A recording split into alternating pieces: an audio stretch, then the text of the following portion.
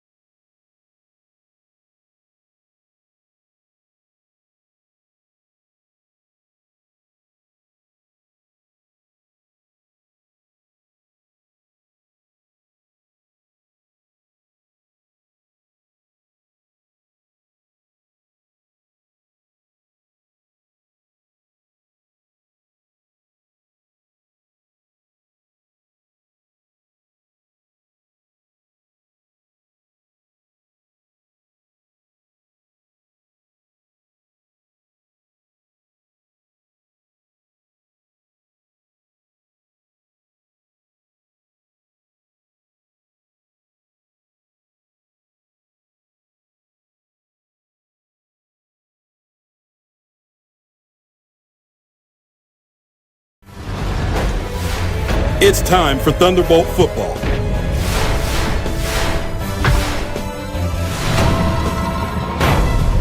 Let's get ready for kickoff.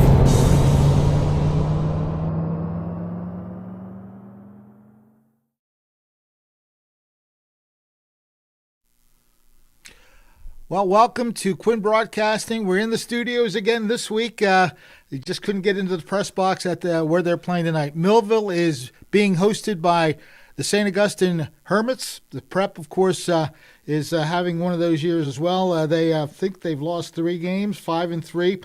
They had a tough loss last week. They were in control against Rancocas Valley. First half, they were dominant, running the ball mostly, and then a key turnover at the end of the half, and Rancocas Valley took it, scored it before the half, and then ran away with the game. Right, so, you get a change in momentum that can change any football game, as we were talking about earlier. Yeah. That's a big factor, especially in high school football games, the emotion, and when you can get that momentum on your side, you can overcome big obstacles. Fred Melendez sitting in for Rich Van Noord tonight. Of course, Craig Atkinson with me, and we expect another tight ball game. Last year, they won it 21-7, but it took a fumble recovery touchdown for that score to happen. So it was a tight game last year. Right, and Jaden Jones, I think we'll see this on a replay from last year, picks up this loose ball and runs it the length of the field for a touchdown. One other thing we mentioned earlier, Fred, was Millville scores a lot of points. I mean, there's no question. Last week we had 57 against Cherokee, and we can score big points, and score them quickly. In the recent history, last 5 years or so against the Prep, basically they kind of hold us down to around 3 scores, around 21 points a game. So this might be a little bit more of a game on the defensive some home field advantage for 3 straight playoff games before maybe we face Winslow again in that South Central championship game. So very important that we come away with a victory tonight for those power points so we can get that good playoff spot. Now, Winslow, of course, Millville's only blemish on a 6-1 season, but the Winslow Township team really put it on Millville that one night, 35-7. So the score pretty much reflects the way that game went. Sometimes the score doesn't, but 35-7 is a pretty good beating. Yeah, that was a pretty good whipping that they put on us. Although, right at the end of the half, we were only down 14-7, and if I'm remembering right, I think maybe at the beginning of the second half, we had Winslow down to a 4th and 17 play. I think it was on our 24-yard line. So we got them 4th and 17, and lo and behold, their receiver, I think the guy's going to go to Wisconsin, and I don't know his name, but he was number 10, but he beat us deep. He beat the corner deep to the corner of the end zone. Safety didn't get over in time, and they scored a touchdown, and boom, go from 4th and 17 and maybe getting the ball back to down 21-7. And it took some steam out of our players a little bit, I thought. And they listen. We mentioned earlier, Winslow Township has great team speed, and Millville has great team speed. But I think Winslow might even have a little better team speed than the Thunderbolts, and I think maybe we were taken aback by that a little bit because, when you're faster than a team overall, you can make great plays, and sometimes your mistakes can turn into, victory, so to speak. But when you're playing a team with a lot of speed, you make a little mistake, just like what happens with our team. I mean, for instance, Brooks. You make a mistake on Brooks, he's gone, and, yes, you don't keep an angle on him to the sideline, he's going to beat you. And, if you misjudge that just by a little bit, he's going to the house for a touchdown. So team speed-wise, Winslow, I think, has it over on us a little bit. But, Coach Ayala is very confident in playing them again and getting a victory. And, a lot of people say it's tough to beat the same team twice in one season. Yeah. So we'll see what happens, but I'd love to see us meet them again when it comes down to that championship semifinal, although it will be at the Winslow Stadium. See Millville come up big for a victory in that. But, that's looking into the future. That's saying, we're going to win 3 straight playoff games. And, there's tough teams in it. There's no question about it. And there's also going to be teams that we haven't seen before. A team like Central High School I've seen mentioned. I don't know if we've ever played Central High School before. I'm not familiar with them. I think they're in the Shore Conference. Yeah. But they're up there, and, we might draw them. Who knows? So it's going to be interesting. Yeah, you don't get to see the Toms River Norths and all them because they are totally like Shore Conference, so we don't schedule games against them. Central Regional, you mentioned, is in that same boat. So, yeah, you do get a different vibe of competition from them, and we'll see how that goes. But right now, they got to take care of the Hermits first. The Hermits, they started out 3-0, and we're looking like world beaters. They outscored their first 3 opponents 85-13, but then they've run into a bit of a stretch. They're 2-3 since then. Again, that tough loss last week, I got a good view of the Rancocas Valley game, and they had the first half well under control. They kept it on the ground, but they didn't score enough points to really build up a lead, and then the one turnover allowed Rancocas Valley to cut the lead in half before halftime. The Red Devils had the ball first in the second half. So that kind of momentum swing, like we've talked about, can really make a difference in a football game. So you put in the fact that the Hermits lost a tough one last year to Millville, and they're coming off a game that they probably think they should have won, or at least had a better chance than it wound up being. So they're going to come hungry for bear tonight, I think. Yeah, I think you're right. And, you talk about not comparing scores. We beat Holy Spirit handily, 35-0, as the opening game of the season. I don't think Holy Spirit has lost since. And they beat the Prep a couple weeks ago. I believe it was 14-10. So you're not supposed to compare scores. I know that's true, but we'll see what happens tonight. Millville's got to come up with a big effort, and Coach Ayala has convinced me that he's going to have his team ready to play football tonight. Of course, they scored on the very first play of the game last week, so if they can get off to that kind of start on the road again, it's going to be to Millville's benefit. maybe just add scores after that first one. But scoring on the first play of the game, boy, does that lift your spirits up. Yeah, that's huge. I mean, that just puts you into a great position to finish off a game, that first play of the game. And Rich and I talked about that Millville had to get up, quick on Cherokee last week. Lo and behold, first play of the game, 73-yard scoring pass to Lotzier Brooks, and we were off and running, never looked back in that game. Yep, that's the kind of start you want. We'll see if that does happen. In Richland, the home of the St. Augustine Hermits. We'll take a quick time out here and be back with more talk about tonight's game between Millville and St. Augustine. We'll be right back after this. TD Bank sees millions of transactions, but we never forget it's the humans behind them that matter most. So, even though we're leading, changing where and how people bank, and we have the financial strength and industry expertise to support small and global businesses, we'll always believe in putting people first. And believing that is how we're making banking unexpectedly human. At Mintz Insurance, we're proud to have been serving our customers for nearly 80 years, offering 30 different insurance products for your auto, home, and business. And to help ensure that you're getting the best rates possible, we give you up to 3 quotes for every policy, so you can choose what's right for you. At Mintz, we're part of the community, local representatives, supporting events, and proud of it. It's part of who we are. Mintz Insurance. Call today and find out how we can help you save on insurance, or visit us at mintzinsurance.com. Hello, my name is Craig Atkinson, and I am president of the Millville Thunderbolt Club. The mission of the Thunderbolt Club is to enhance the athletic experience of Millville High School student athletes. We provide a myriad of services for these athletes, including end-of-year recognition banquets for all teams, stipends for teams and individual athletes, college scholarships of $35,000 per year, meals for special events, as well as hosting the Mike Trout Millville Thunderbolt Club Golf Tournament and the Millville Sports Hall of Fame. Please visit our website at millvillethunderboltclub.com for additional information.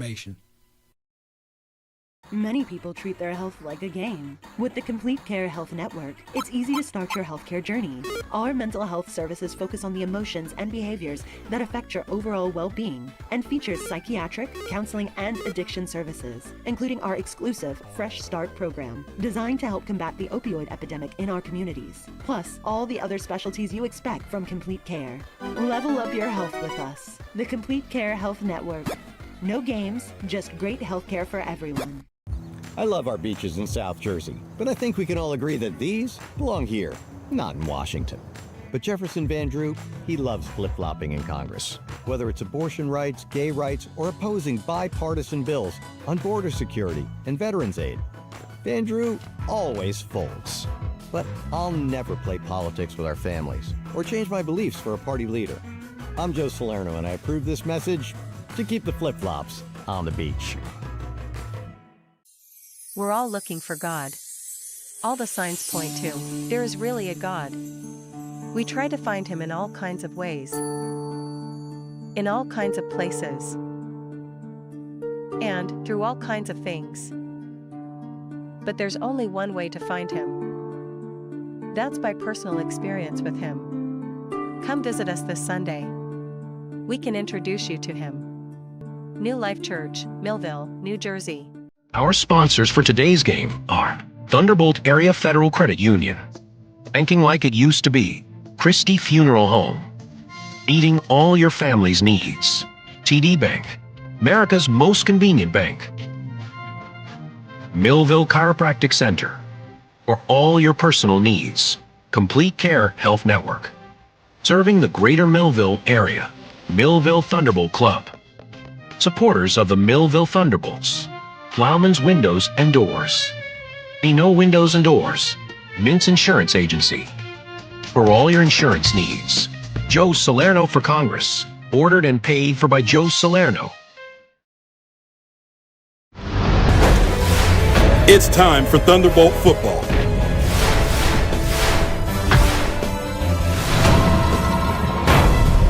Let's get ready for kickoff.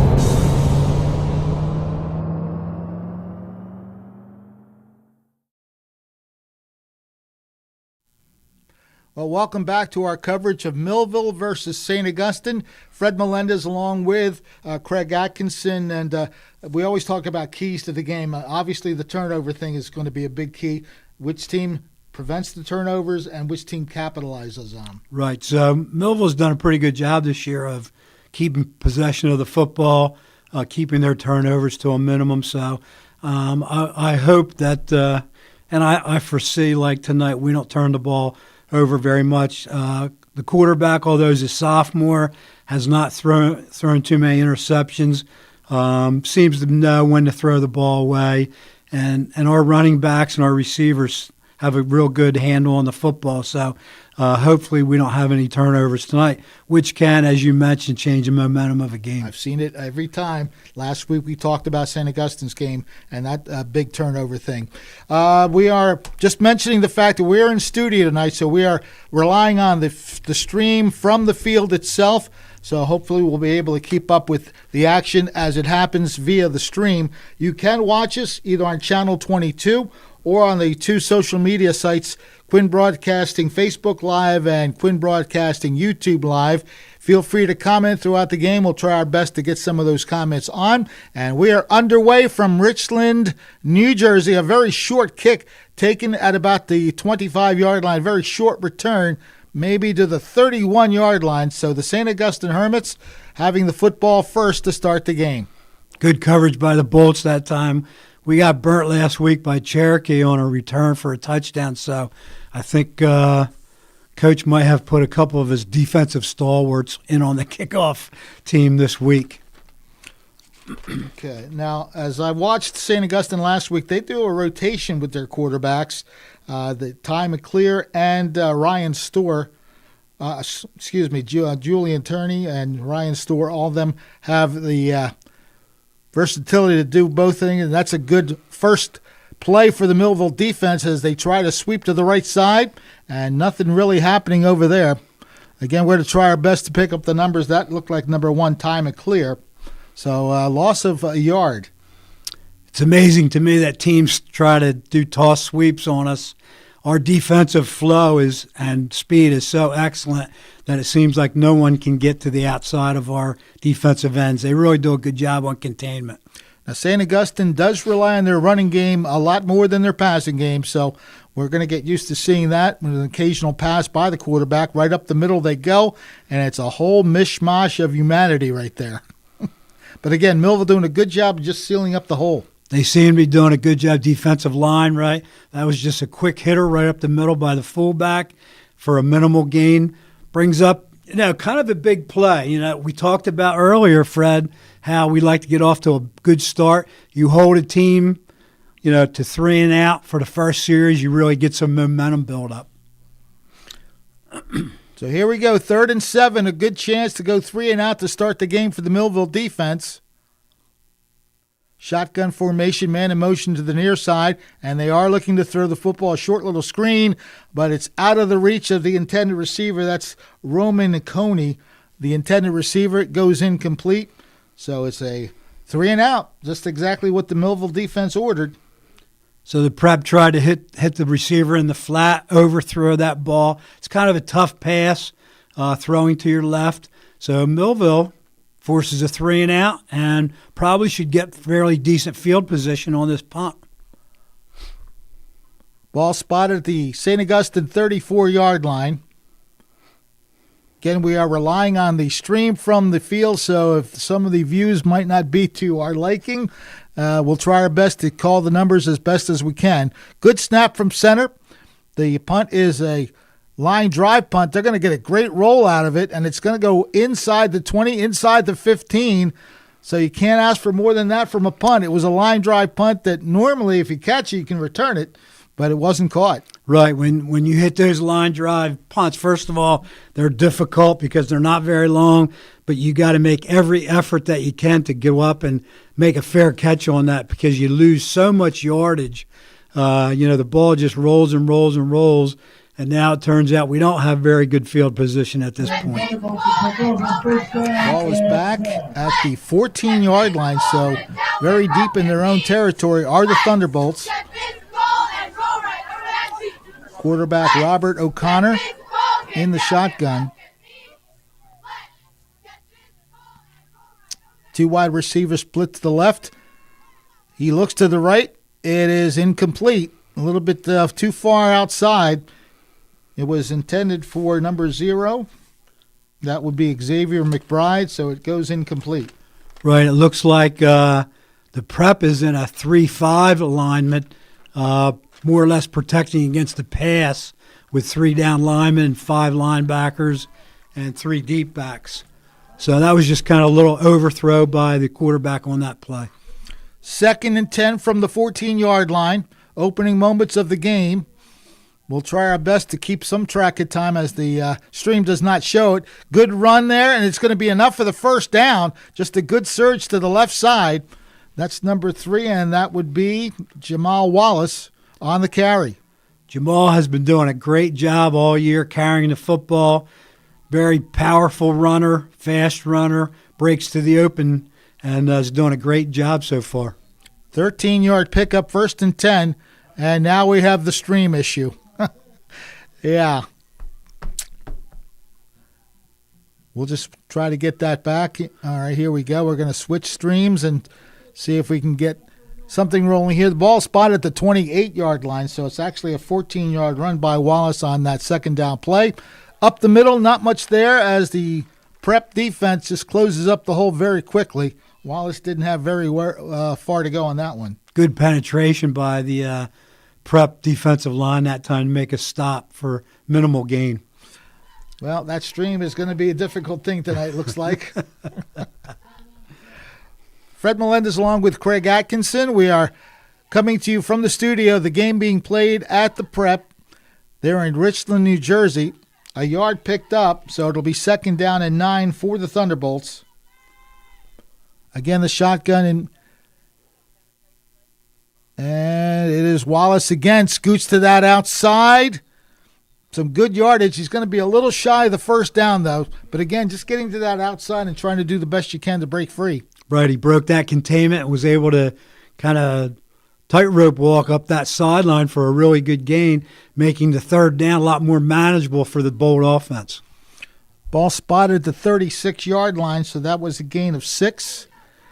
3rd down and 3 for the Thunderbolts.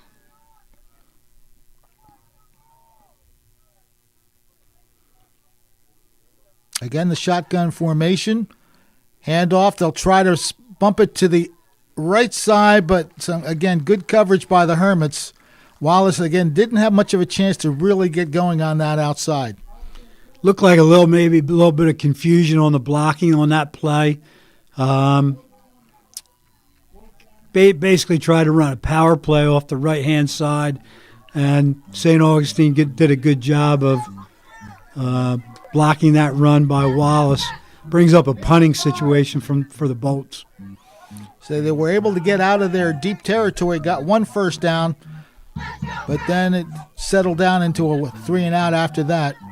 All right, we have the clock in the corner there. 8:22 left. Again, doing our best with the stream that we have to work with. Punting formation for Millville on 4th down. Good snap. Kick is going to bounce, and it is taken at the 31-yard line. A return of about 5 or 6 yards, and that's it. So the prep receiver was able to catch that one on 1 bounce. Got pretty good yardage back. Just good defensive plays by both teams on the first series of each offense. All right. Ball is spotted at the St. Augustine 38-yard line. That is where they start their 2nd possession of the game.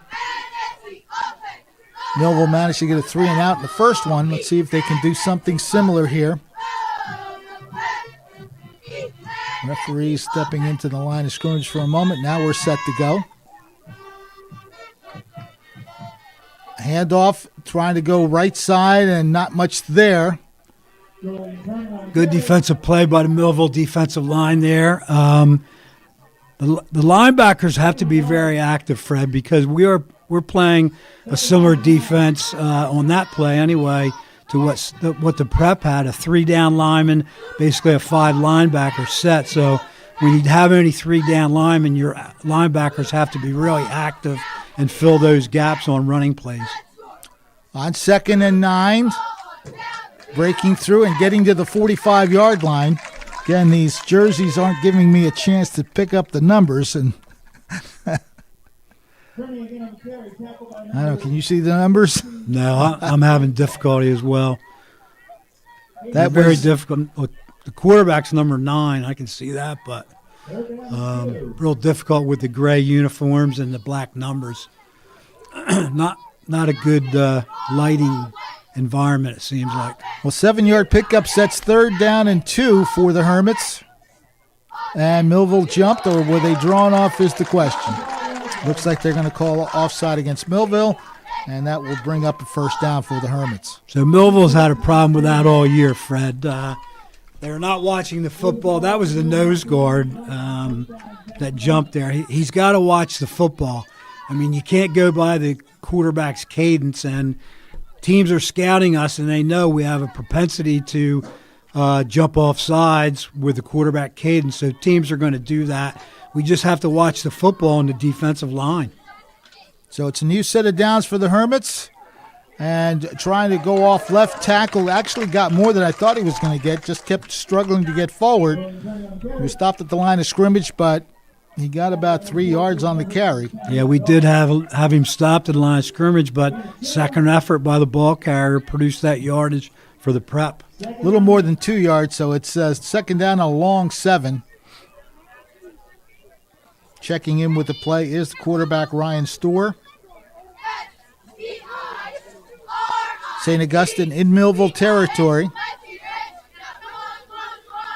Just under 6 minutes, halfway through this first quarter. And off that left side again. Good forward surge there. Basically just a dive play from the setback off the tackle hole, and got good yardage. Brings up a very manageable 3rd down play in Millville's territory for the prep. Yeah, it was Julian Turney on the carry. Fred, I think Julian Turney is their guy who's got some multiple offers from colleges. He's their big runner that has produced all season for them. So it is 3rd down, 3rd and 3 from the Millville 42-yard line. Quick snap, and what a play at the defensive line. A loss of a yard or two, and a great tackle made by Millville's Darnell Williams, number 22. Boy, he stepped right in there. He did. He just broke through that block and met that ball carrier right in the hole and drove him back. Darnell Williams has shown all year he's made great plays from that defensive line position. And that was a big play, Fred. I mean, we held him there in our territory and forced a punt, another punt. Let's see if we can get a better return, if any return on this. The view we have, I can't really tell you who's back to receive the punt. No real rush, and the kick is up in the air towards the sideline, so they certainly did not want Millville to return. That is Brooks, who was awaiting. He actually caught the ball, but did not return it. Yeah, most teams will not kick. I mean, they'll kick it out of bounds rather than have Brooks return a punt. 4:11 left in this first quarter. We're going to take a quick break. It's 0-0 early in the game. It's Plowman's for all your windows and doors. Our only products are windows and doors. We have windows, entry doors, and interior doors. We have a large inventory of windows in stock. Many are ready for your immediate pickup. We sell direct to contractors and homeowners. For all your window and door needs, it's Plowman. We know windows and doors. 118 East Vine Street, 856-327-2841. Thunderbolt Area Federal Credit Union is your hometown team for banking. We offer banking which is small town focused and customer based. We know you and we are for you. Thunderbolt Area Federal Credit Union is a nonprofit and federally insured. Solid as a Thunderbolt airplane, we are your team. Thunderbolt Area Federal Credit Union, 1601 Cedar Street. Hi, I'm Bob Millard, President of Thunderbolt Area Federal Credit Union. Come see us and experience banking as it used to be. And now, back to the game. Millville Thunderbolts coming back onto the field for their second possession. 4:11 left in this opening quarter. Neither team on the scoreboard yet. We'd like to thank those of you who are watching on Facebook Live. We have Lenny Mazzola, Wendy Goldberg Melendez is watching, and Eleanor Williams.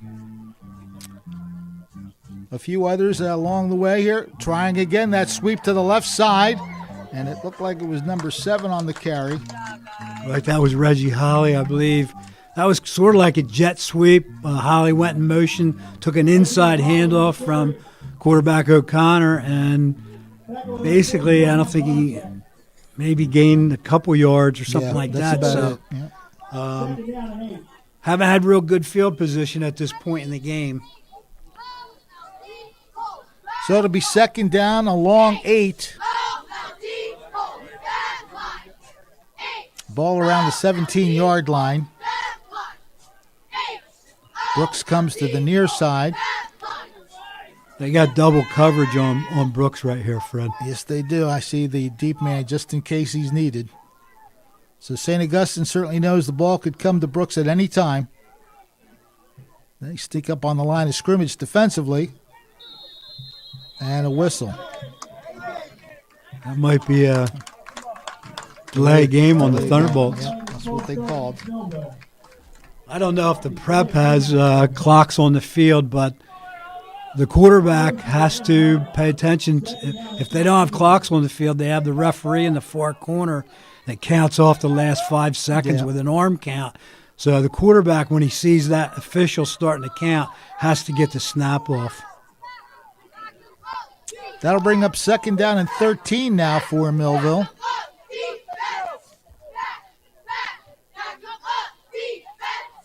O'Connor in shotgun. Looking to throw, has time, airs it out. I don't know, was it knocked out the line of scrimmage? Because that's the way it looked like. Yeah, it looked like it was blocked at the line of scrimmage. I couldn't really tell, but the way people reacted, it seemed like it was knocked down at the line of scrimmage. So that leaves Millville with a very long situation, 3rd and 13. Back at their 11-yard line. Yeah, difficult to get this first down, Fred. Maybe we try to get maybe half of it back, give us a little better field position to punt from. Double wide receiver set for the Thunderbolts. O'Connor awaits the snap, and we have movement on the line. 3rd penalty against Millville. All for 5 yards, but 3 penalties in the first quarter. Not a good sign. And penalties will really hurt you. I mean, you're going to give up field position with penalties all the time, so we have to be a little more focused mentally, I think, to prevent these penalties. So it's 3rd down and 18 now for Millville. O'Connor, and I think that fell incomplete. Yes, it did. He got a lot of pressure right off the bat from the defensive end, so it brings up a punting situation. Now, again, we are streaming from Richland, and we have 2 streams. One froze on us. This one's the first one, and you can see the numbers are a little bit more legible. Hopefully this will stay in place so that we can give you some numbers that of the players that making the big plays. But a big situation for the punting team right now. Back up against the end line. Decent snap, and he got it off the side of his foot. This isn't going to go anywhere. Right, that's basically a shank. Really poor punt that time. So the line of scrimmage remains pretty much the same, although it favors St. Augustine immeasurably. Take a quick timeout, and we'll be right back. Celebrating moments, honoring memories. Christie Funeral Home in Millville, New Jersey has over 125 years of dedicated service to the community. Whether you choose burial or cremation, you can hold a funeral service to honor your loved one. We are happy to provide a traditional funeral or something completely unique. Our honest service and commitment to excellence have served our customers well, and you can rest assured that we can assist you in your time of need. Christie Funeral Home in Millville, New Jersey. And now, back to the game.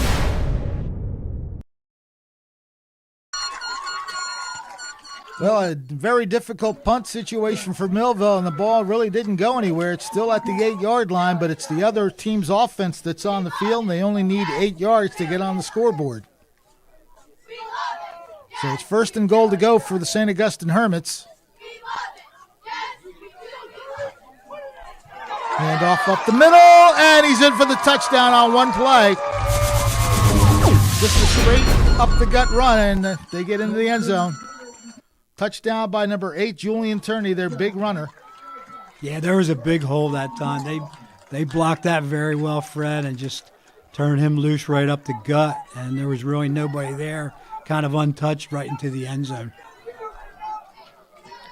So the St. Augustine Hermits taking very big advantage of a shanked punt, an 8-yard touchdown, and now they try to tack on the extra point.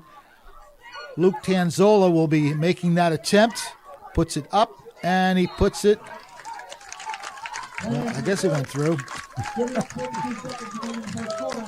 7-0 is the score, so again, St. Augustine taking advantage of a bad punt by Millville. They're on the scoreboard. Still in the first quarter, it's 7-0 Hermits over the Thunderbolts. Celebrating moments, honoring memories. Christie Funeral Home in Millville, New Jersey has over 125 years of dedicated service to the community. Whether you choose burial or cremation, you can hold a funeral service to honor your loved one. We are happy to provide a traditional funeral or something completely unique. Our honest service and commitment to excellence have served our customers well, and you can rest assured that we can assist you in your time of need. Christie Funeral Home in Millville, New Jersey. It's time for Thunderbolt football.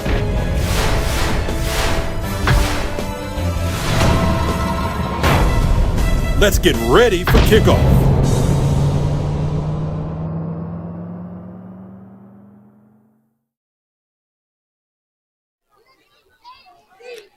St. Augustine getting set to kick the ball off. Luke Tanzola will handle that short, and he puts the foot into it. It's going to come down at about the 20-yard line, scooped up there, brought back across the 20, 25, and not much more after that. The return made by number 4. Yeah, Jaden Everett scored a touchdown last week on a kickoff return against Cherokee. But Millville's got to get untracked here, and, you know, the momentum that we talked about earlier in the broadcast is all in the favor of the prep right now, Fred. So Millville's got to get some positive plays and stay away from penalties and advance this ball down the field. Yep, 3 penalties for Millville, 15 yards. The last one definitely hurt because it set the punter all the way back at the back of the end zone, and then the shank punt did not help either. 1st and 10 for the Thunderbolts. In the shotgun, they'll try a sweep to the outside. That's Brooks carrying it.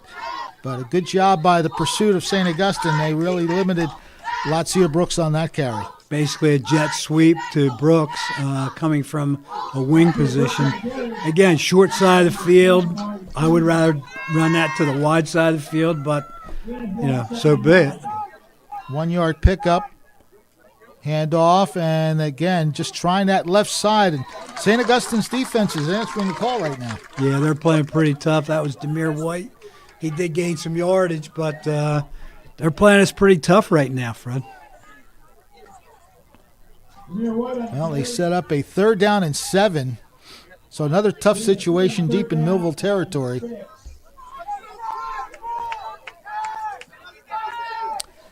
Millville's kind of got to get untracked with, I think they're calling a timeout. Yeah, that's here. what they're doing. Timeout on the field.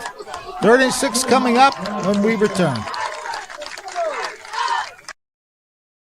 Imagine living without pain. For over 35 years, Doctors Beebe and Doyle have helped thousands of people find relief from all types of pain. Millville Chiropractic Center has 4 doctors on staff specializing in hands-on or light-touch, drug-free pain relief methods. The examination, x-rays, therapies, and adjustments are all performed at one location. Schedule a consultation today. Enjoy life without pain and discomfort. Millville Chiropractic Center, the area's #1 pain relief center. It's time for sports on the Quinn Broadcasting Network. QBC brings you local sporting events, action-packed specials, and play-by-play coverage of the area's sporting activities. From Pop Warner to college sports, Quinn Broadcasting covers it all. Join us now here on QBC for today's exciting event.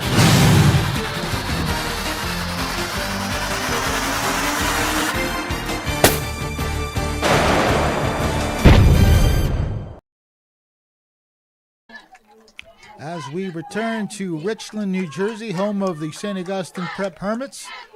A 3rd and 7 coming up for Millville at the 20-yard line. Back to throw. O'Connor looking. Fires it incomplete. He was looking for White. He just didn't get it to him. Yeah, just overshot him a little bit. It was a good call. I mean, he was wide open. Everybody was looking for the deep receivers, and O'Connor just overthrew the receiver on that play. Brings up another punting situation. Yeah, Millville's offense, they got 1 first down, but that was it. And they have not had good field position on any of their possessions. That has not helped. Good snap from center. Kick is away. Much better than the previous one. Fair catch made at the 40-yard line, although not the smoothest catch you'll ever see.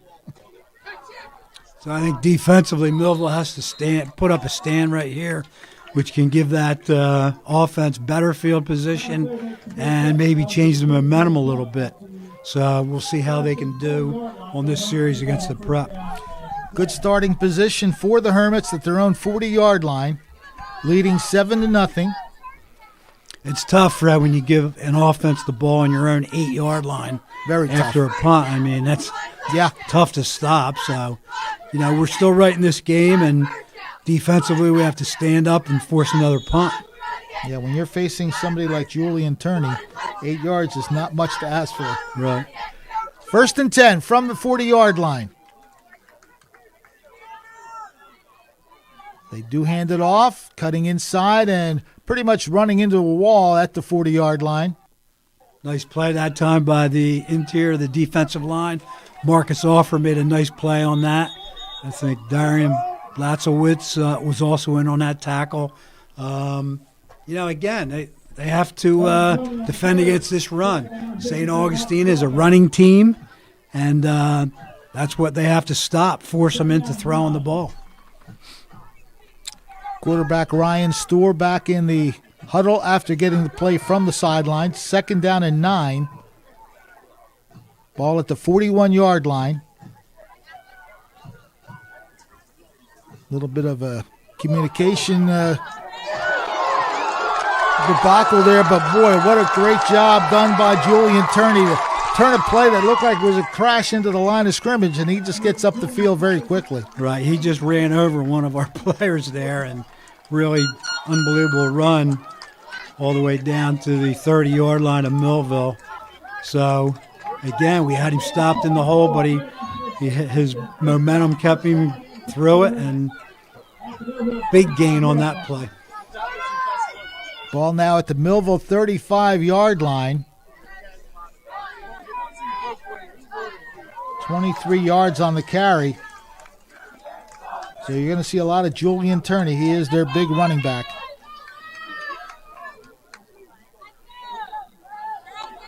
Hand off up the middle, a big hole there, and the ball is fumbled. Millville needed a break like that. Let's see if they get it. It is Millville football. Somebody stripped it, and Millville recovers it around their 30-yard line. Yeah, we did need that break, Fred. That kind of, again, can change the momentum of a game. Kind of gives us best field position we've had Absolutely. to start. So, yeah. Nice play that time by recovering that fumble, although that was going to be a good run until we stripped that ball. So, Now, offensively, we got to put it together and put together some good gains right in a row and see if we can get back into this football game. So key turnover Millville creates. They have the ball at their own 30-yard line. 1st and 10. We're towards the end of the first quarter. 7-0 the Prep leading. Handoff. Trying to find a lane. Again, good job of getting something out of that because he was met right at the line of scrimmage. Bounced it out to the right side and got maybe 3 or 4 yards. That was a good run, Fred. He did bounce it out after the first contact. That's Jamal Wallace again. Really a good run for the Thunderbolts. I think the first quarter is going to be over, Fred. Yeah, I think we were up against it, and yep, they're going to whatever that is. So we'll take a break here. After 1 quarter of play, it's 7-0 St. Augustine leading Millville. 13, good enough for a Millville first down.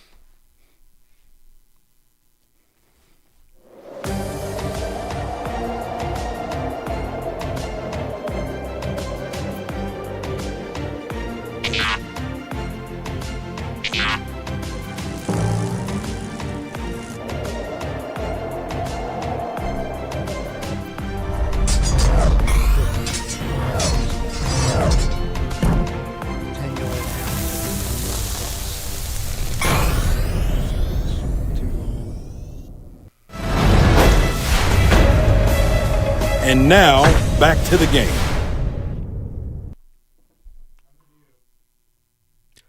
Well, the very first quarter is in the book. It's 7-0 St. Augustine, and yours truly, Fred Melendez, along with Craig Atkinson. And Craig, that first quarter, we can flush it down the toilet, I guess. Right. Didn't play very well, but, we're still in the game and still can make some big plays. 2nd down and 6. Handoff, trying that right side. He's going to get the first down. That is number 3, Jamal Wallace on the carry. And that's what you're saying, Rich. I keep saying Rich. Craig, yep. You want to get those nice runs and get some good yards. Right, that's a good first down for us right there on 2 good runs.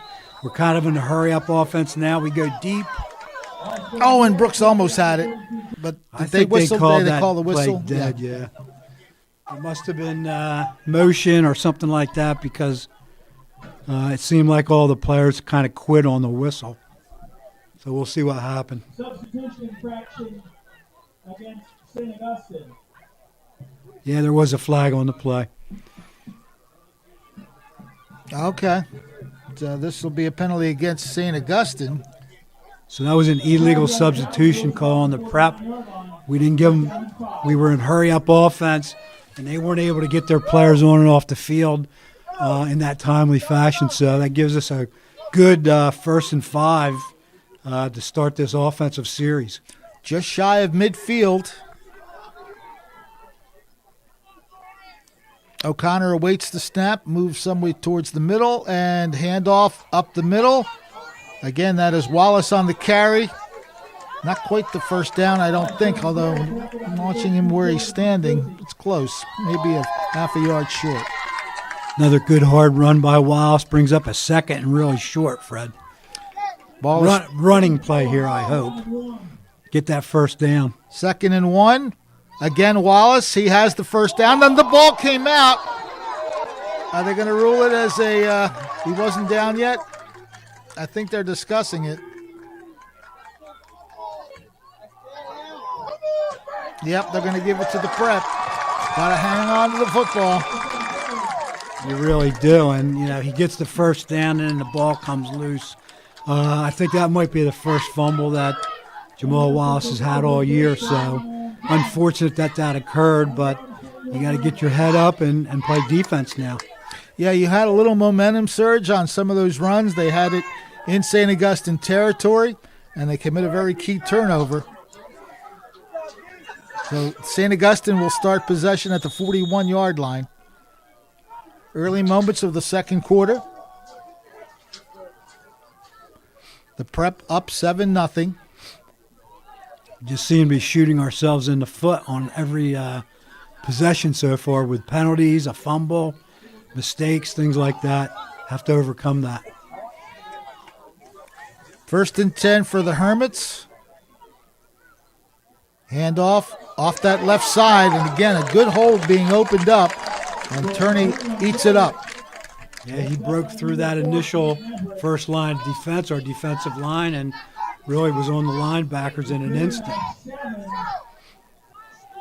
7-yard pickup, so it's going to be 2nd down and 3.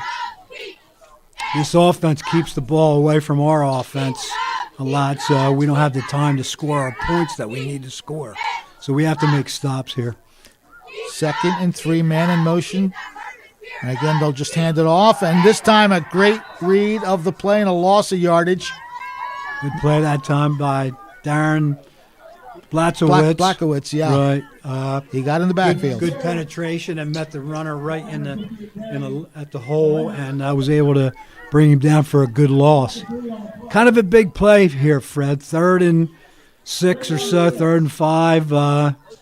We can get the ball back. No harm, no foul on that fumble. Ball is at the 45-yard line. They need to get to the 49, so we'll call it 3rd and 6. Back to throw. Quick toss is incomplete, but right there was a good coverage by number 8, that's Shamar Collins, who was all over that. Right, that was a nice play by that Shamar that time. And that's a big play there. I mean, we're going to get the ball back. Nothing happened because of that fumble. So hopefully we can get good field position here and start another drive and get this game tied up before long. Yeah, the Thunderbolts, their last offensive set, had some momentum going before the fumble. Now they get the ball back. Punting situation. Important to catch this punt if we can, Fred. Absolutely. You don't want the ball bouncing behind you. Even if we fair catch it, I mean. And that's what happens. Fair catch by Brooks. Ball is just about the 22-yard line. Right, and there's nothing wrong with making that fair catch there so that ball doesn't get any farther down the field and give you a really bad field position. So, good play there by Brooks. Yep, just get what you can, set up your offense, and again, looking for that momentum to build. They had it going in the previous drive. 1st and 10 Thunderbolts at the 22-yard line.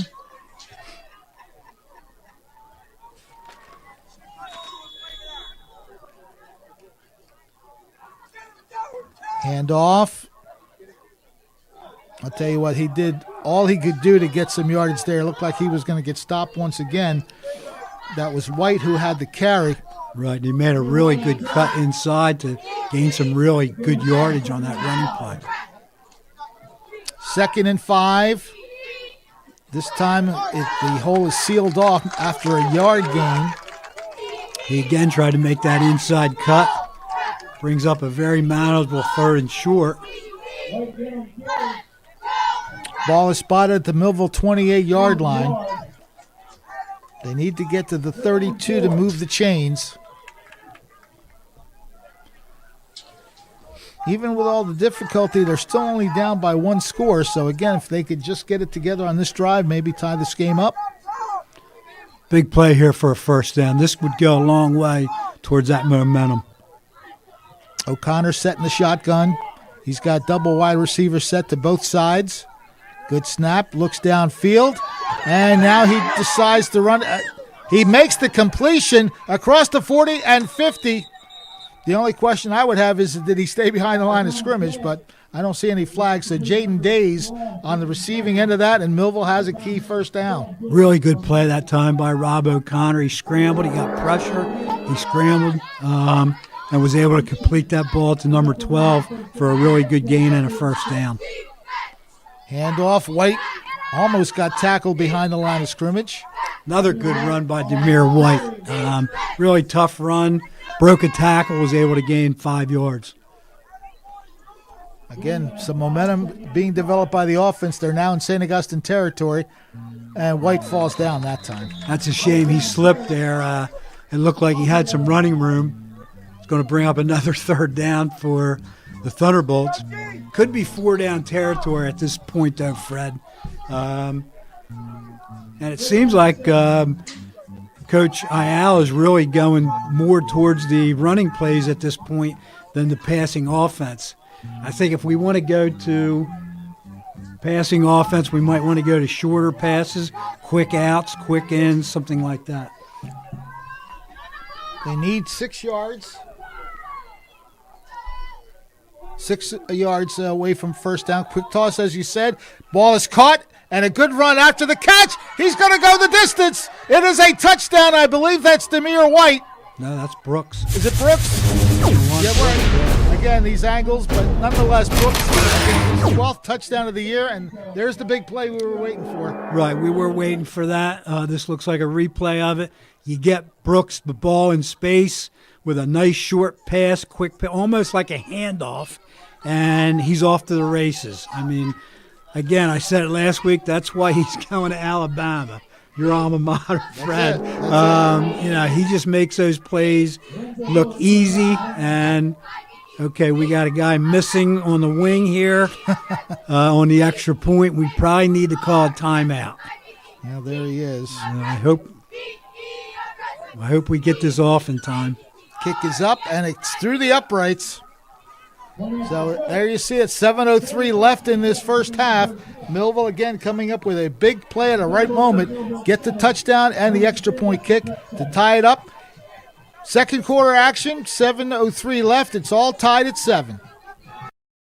At Mintz Insurance, we're proud to have been serving our customers for nearly 80 years, offering 30 different insurance products for your auto, home, and business. And to help ensure that you're getting the best rates possible, we give you up to 3 quotes for every policy, so you can choose what's right for you. At Mintz, we're part of the community, local representatives, supporting events, and proud of it.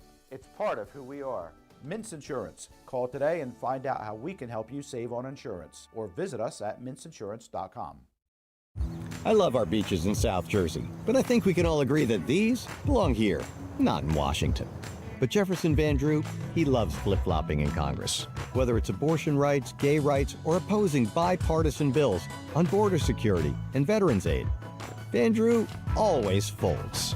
But I'll never play politics with our families or change my beliefs for a party leader. I'm Joe Salerno, and I approve this message to keep the flip-flops on the beach. It's time for Thunderbolt football.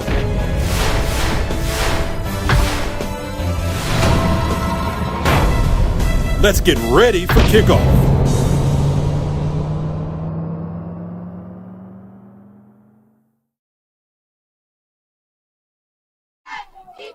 Well, Craig Atkinson, you kind of called it. You said short pass and let the rest develop.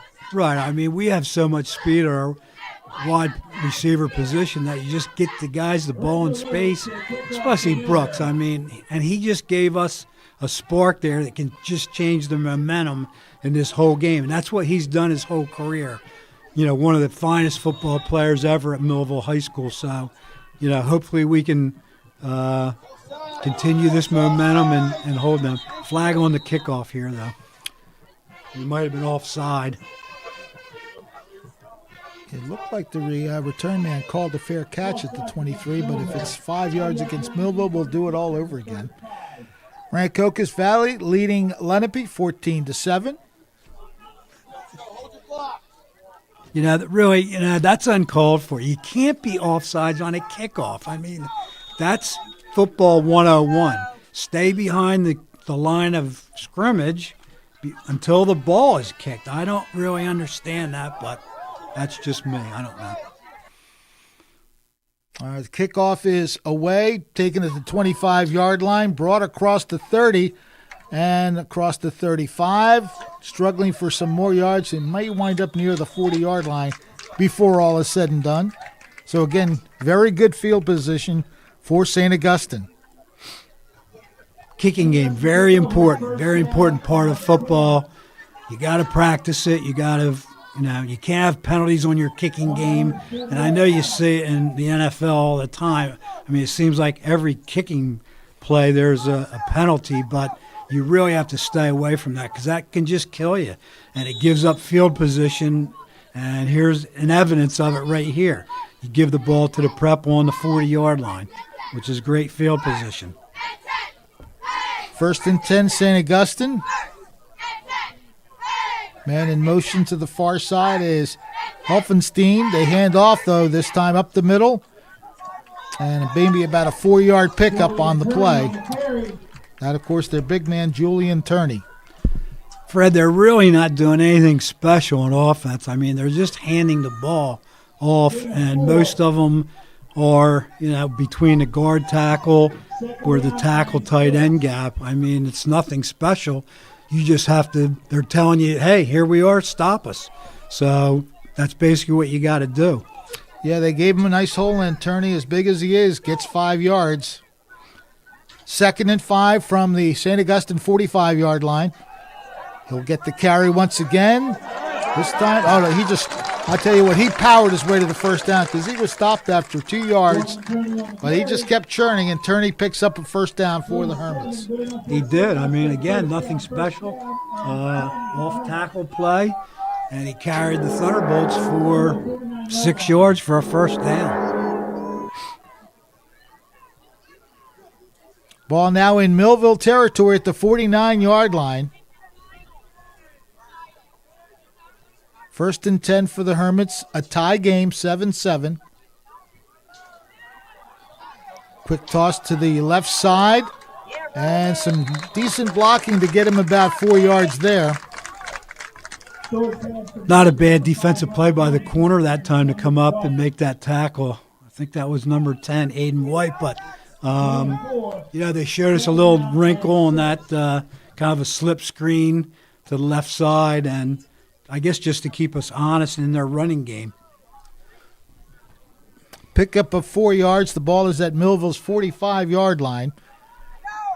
2nd down and 6 for the Hermits. Handoff almost bobbled, but he manages to keep possession, and he's going to get a first down. Just a power run to the right side. That's exactly right, Fred. Just a power off the right tackle, and they kick out our end, and our pursuit can't catch up to him. He gets on the cornerback immediately. So new set of downs for the Hermits, moving the football well. They started this possession to 40, and now they've moved it to Millville's 36-yard line, 1st and 10.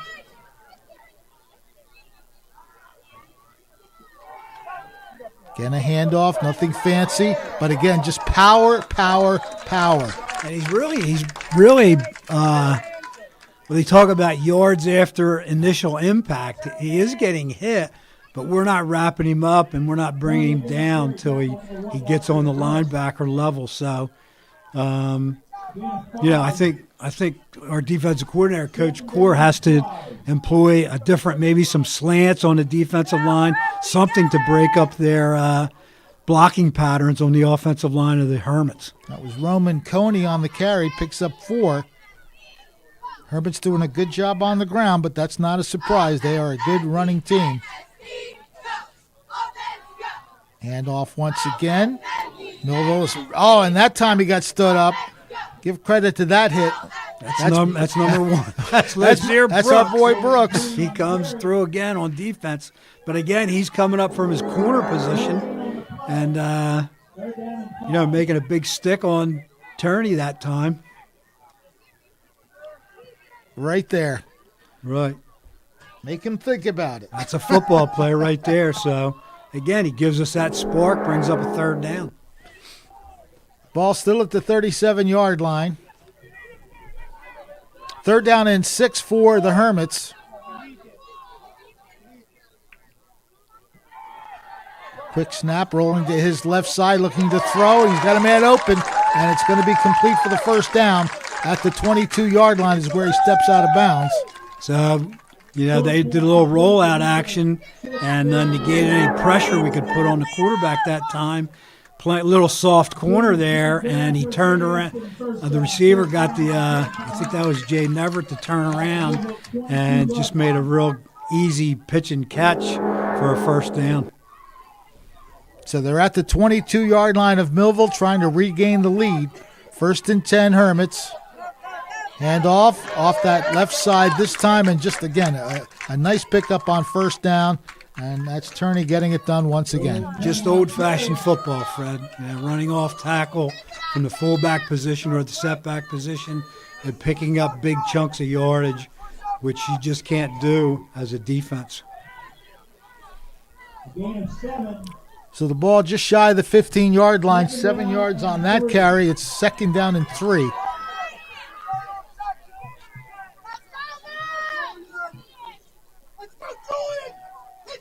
Same situation. Again, it seems like Millville, every other play, they meet him at the line of scrimmage. Right. They made a really good penetration there. Could have been a linebacker on a blitz, but we got to do something different. I mean, looking back, Winslow Township chewed us on the ground, just like Delsey kind of chewed us on the ground too. So we got to make some good plays here. Got to stand up that line, let the linebackers scrape, and make the play in the hole. So no gain on that 2nd down play. 3rd down and 3. Looks like they might call a timeout here. I don't know. Let the clock run down. Yeah, they're coming to the side, so there is a timeout on the field. We are all tied up at 7. We'll be back in just a moment.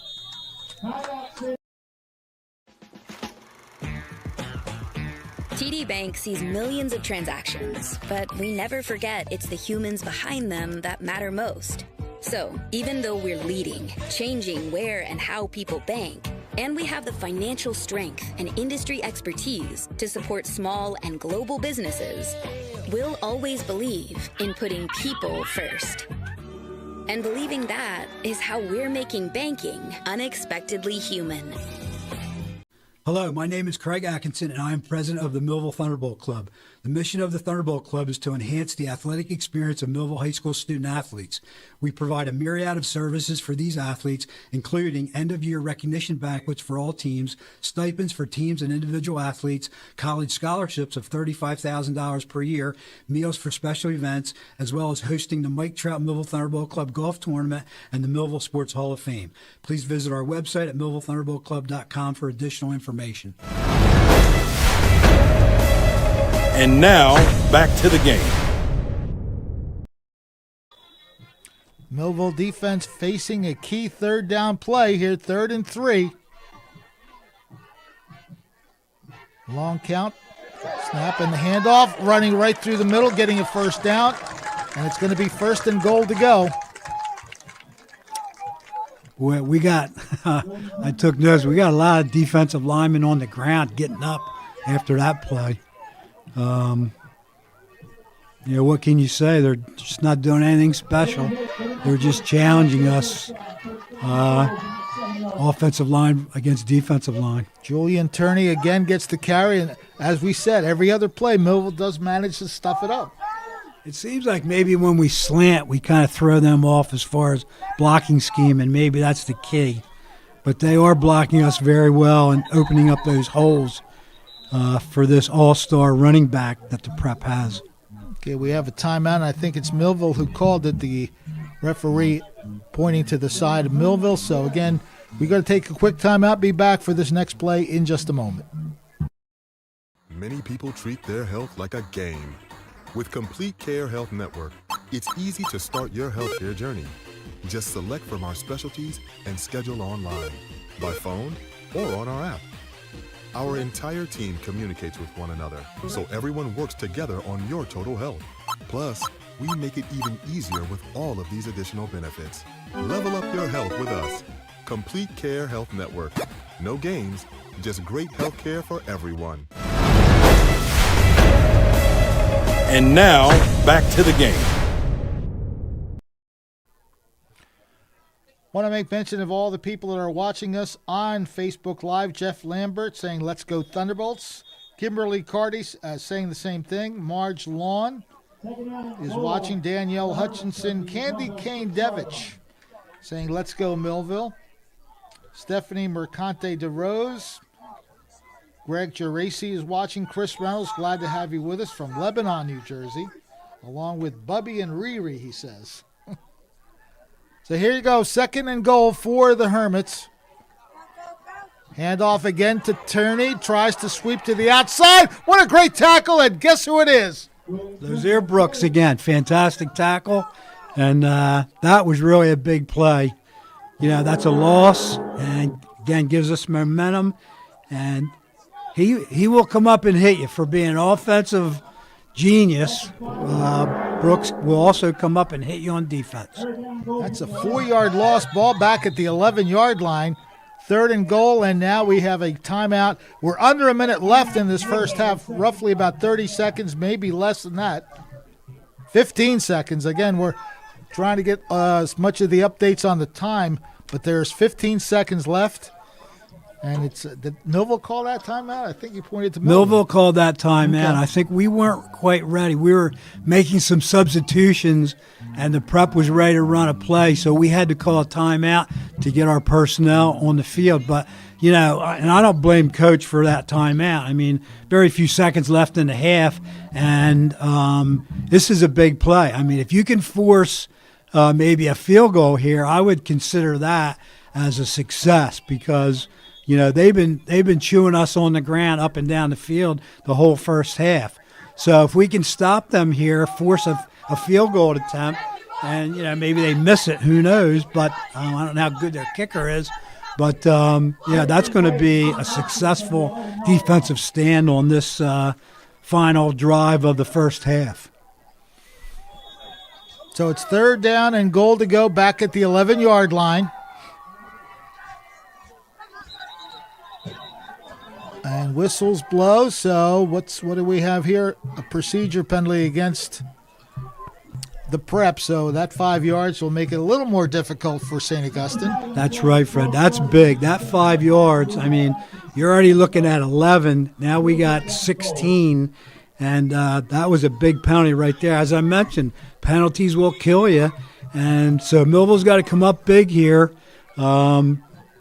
Probably a passing situation, I would say, with 3rd and goal from the 16. So Millville's got to get some pressure on the quarterback with good coverage by their secondary. So Ryan Storr getting set for this key 3rd down play. He's over center this time, not in the shotgun. Back to throw, looking to his right. Here's the ball up, and it is caught in the end zone. Touchdown for St. Augustine. The last thing you wanted to see Millville give up, and there goes the confetti as they celebrate. Well, just a very well-designed play. They beat us deep in the corner of the end zone. Whether it was a missed coverage or not, I don't know. We had good pressure on the quarterback. He delivered a perfect ball. The receiver gets behind our coverage man, and they're able to score a touchdown. Very similar to the Winslow Township game where we had Winslow Township 4th and 17 near the end of the first half. So really something that the Thunderbolts will have to fix in the future if they're going to have success in the playoffs. Luke Tanzola looking to add the extra point. But, of course, not enough players on the field, so St. Augustine is forced to call timeout. That's a few times this game we've had some people not being where they're supposed to be. Yeah, when you have injuries or, I don't know why 78 was out of the game. He's a starting tackle, but you got to practice your second team kicking game. So anybody that's hurt has to tell the coach, hey, I'm on the extra point team, and you got to replace me because I'm hurt. So, a wasted timeout, so to speak. Doesn't really matter at this point in the first half, but still it kind of hurts you on a momentum type level on an extra point play. So Luke Tanzola will look to add the 14th point on the board for St. Augustine. Good snap from center. Kick is up. And we'll wait to see if the referees say it's good. They do. So a last-second touchdown and a big play for St. Augustine to regain the lead, 14-7. A 16-yard pass play from Ryan Storr to Roman Coney, and he was just perfectly placed in that corner of the end zone. Yeah, it was a great pass. And I think the receiver came from the opposite side. They employed a little play action there. They faked a running play. We were having good pressure on the quarterback, and he just made a terrific pass right to the corner of the end zone. So sometimes the offense is going to, complete a pass or do a play that you just got to give them credit for doing it. So, these things happen. I mean, Millville's still in the game. It's only halftime. We're only down 7 points. We can score points in bunches. So, it would have been nice to stop them there on that play, but we didn't. So we got to suck it up at halftime and come back and start playing Millville football. Of course, Pete Lancetta, a very good football coach at St. Augustine, so he drew up the perfect play, and they got the touchdown as a result to also take the lead more than likely into the locker room. There's maybe like 7 seconds left after that play. Now, I don't think they're going to kick it towards Brooks here, do you? No, I do not. Line drive kick. Scooped up at about the 11-yard line, brought back across the 20, and it's sealed up at about the 27-yard line. I don't know that there's any time left in the half, although the teams are still, looks like they're starting to walk off the field. So there you have it. The first half has been completed. St. Augustine with a pair of touchdowns, taking advantage of a bad punt to score their first touchdown. And we'll be back with our halftime festivities right after these words. TD Bank sees millions of transactions, but we never forget it's the humans behind them that matter most. So, even though we're leading, changing where and how people bank, and we have the financial strength and industry expertise to support small and global businesses, we'll always believe in putting people first. And believing that is how we're making banking unexpectedly human. At Mintz Insurance, we're proud to have been serving our customers for nearly 80 years, offering 30 different insurance products for your auto, home, and business. And to help ensure that you're getting the best rates possible, we give you up to 3 quotes for every policy, so you can choose what's right for you. At Mintz, we're part of the community, local representatives, supporting events, and proud of it. It's part of who we are. Mintz Insurance. Call today and find out how we can help you save on insurance, or visit us at mintzinsurance.com. Hello, my name is Craig Atkinson, and I am president of the Millville Thunderbolt Club. The mission of the Thunderbolt Club is to enhance the athletic experience of Millville High School student athletes. We provide a myriad of services for these athletes, including end-of-year recognition banquets for all teams, stipends for teams and individual athletes, college scholarships of $35,000 per year, meals for special events, as well as hosting the Mike Trout Millville Thunderbolt Club Golf Tournament and the Millville Sports Hall of Fame.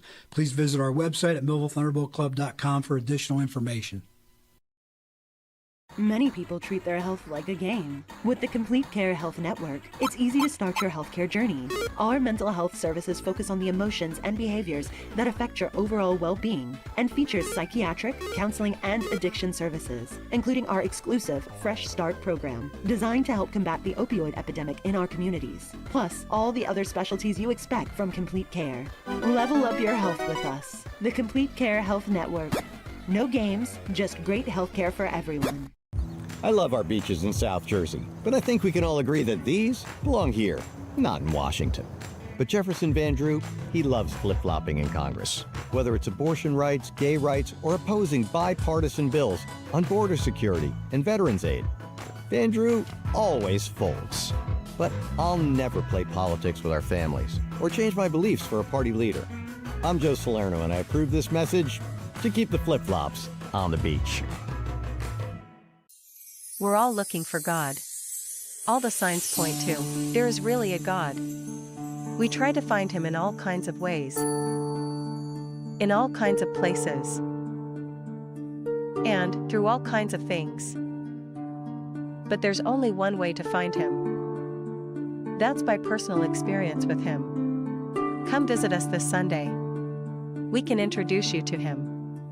New Life Church, Millville, New Jersey. It's Plowman's for all your windows and doors. Our only products are windows and doors. We have windows, entry doors, and interior doors. We have a large inventory of windows in stock.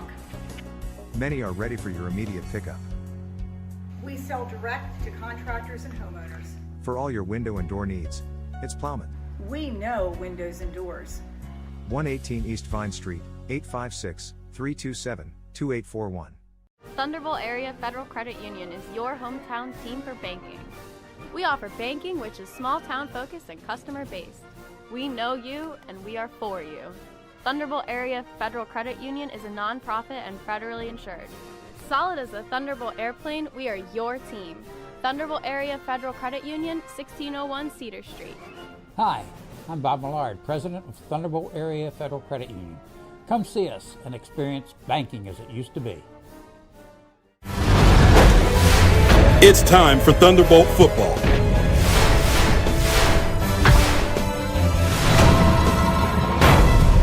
Let's get ready for kickoff.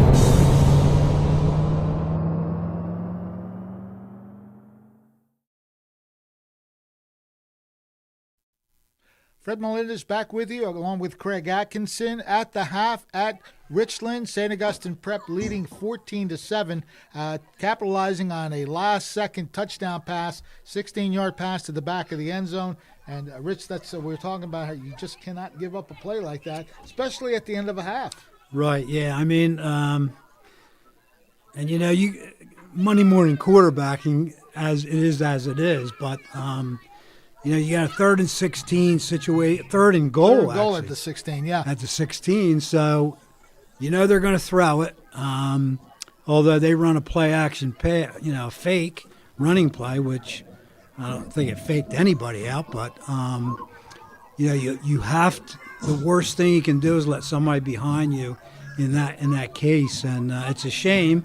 I mean, we talked about it during the break. I mean, they're kids, and you know they make mistakes and things happen. But you know, we're still right in this game. I think they have to come out in the second half with a good attitude and knowing they can still win this game. I mean, we can score points in bunches, but again, as we said in the pregame, St. Augustine controls the ball against us and gives us very few chances to score points. And, you know, that's part of their game plan. And that's part of every team's game plan against the Millville Thunderbolts because we could score so many points. But, you know, in that vein, you have to stop their running game. There's no question about it. And if you have to go to 8 men in the box, then so be it. You got to go to 8 men in the box, but you have to stop their running game because when a team has a running game going for, you know, itself, it's tough to beat them. I mean, you see in the NFL and in college, when teams have a running game, they just dominate, you know, because they take the ball, they take time off the clock, they take the ball away from the other team's offense, and it's just difficult to win games against a team that is going to be able to outrush you. So, you know, we have to do something a little different defensively, I think, to stop their running game and maybe create some turnovers or something like that. But we're still in this game, and I'm sure the coaches are, you know, saying that to the team and coaching them as to we can still win this game very easily. Now, of course, when you have a player like Julian Turney, his size and power and a little bit of speed, he's shown a little bit of speed as well. You have somebody like that, it's very tough to bring him down. However, it seems like, as we've been mentioning, every other play, they seem to stop him, but then he cranks out a big play right after that. Right, and the big thing there is gang tackling. Yes. He's a big kid, and he's fast and he's strong. So he ran over a couple of our guys already. So gang tackling is important. So, you know, you can't rely on one guy, one linebacker, one tackle to make the play on this running back. You got to go for gang tackling, and you know that's a mentality. And Coach Core said last night on Coach's Corner, you don't have to have really any talent on defense. You just have to have the desire to go and make the play. So hopefully we'll come out in the second half and a different team and stop their rushing attack. Talking about the scoring plays, of course, it was the very shanked punt that set up the first touchdown of the game as the punter was kicking from the basically the back of the end zone. He shanked it, and it wound up landing at the 8-yard line, and the next play, it was Turney who took it right into the end zone. One play, quick touchdown. Right. They just did a quick hitter right up the middle. I think they trap blocked it, and we were caught off guard. And really, there was nobody in the hole, and he ran in untouched. So, you know, caught us off guard maybe a little bit. 12 rushes, 65 yards, and that touchdown. And he did have one big run of about 23 yards early in that first quarter. But he is a load to bring down. Hopefully they'll adjust, like you say, get more people to the football on that. As for Millville, their touchdown came to tie the game up. It was a 46-yard pass play as Robert O'Connor found Lotzier Brooks. Short pass, and then Brooks did the rest, just carried it down that right sideline. Right, Brooks getting the ball in open space and doing what he does week in and week out, just making scoring plays out of nothing. Just also want to mention, I told you, Fred, he's closing in on the state record, a lot of state records for receiving, including receptions and yardage. So just a phenomenal athlete, one of the best athletes I've ever seen play football at Millville High School, and a wonderful gentleman, nice kid. Always says hi to me, shakes my hand, gives me a hug. So real good kid, and I wish him a lot of success at Alabama. He should have it with his talents and, of course, the right program. That's one of the best programs, although Alabama this year, a little off this year. I have to say it's not my Crimson Tide of the past, but new coaching staff and all that. So, but at any rate, Brooks will fit in very well down there. The go-ahead touchdown coming in the last seconds of that second quarter. It was a 3rd down and goal at the 16-yard line. And it's a play that you really don't want to give up, but to their credit, Ryan Storr put the ball in the perfect spot where Roman Coney can just cruise it into his arms there and make the touchdown right there on the back right side of the end zone. And the kick by their kicker, Luke Tanzola, made it 14-7 just before the half. So that is where we stand. Just want to make mention of those watching us on Facebook Live. We have Debbie Smith Baumgarten saying, "Hi, Cousin Greg." Hi, Deb. Yeah, Cousin Craig is in the house. We have the CCB camp, which is the Bulldogs, the semi-pro football team. They're watching. That, of course, is Jordan. The Bullies. See, I do that all the time. Anyway, Steve Ennels is with us. Cynthia Mohammed.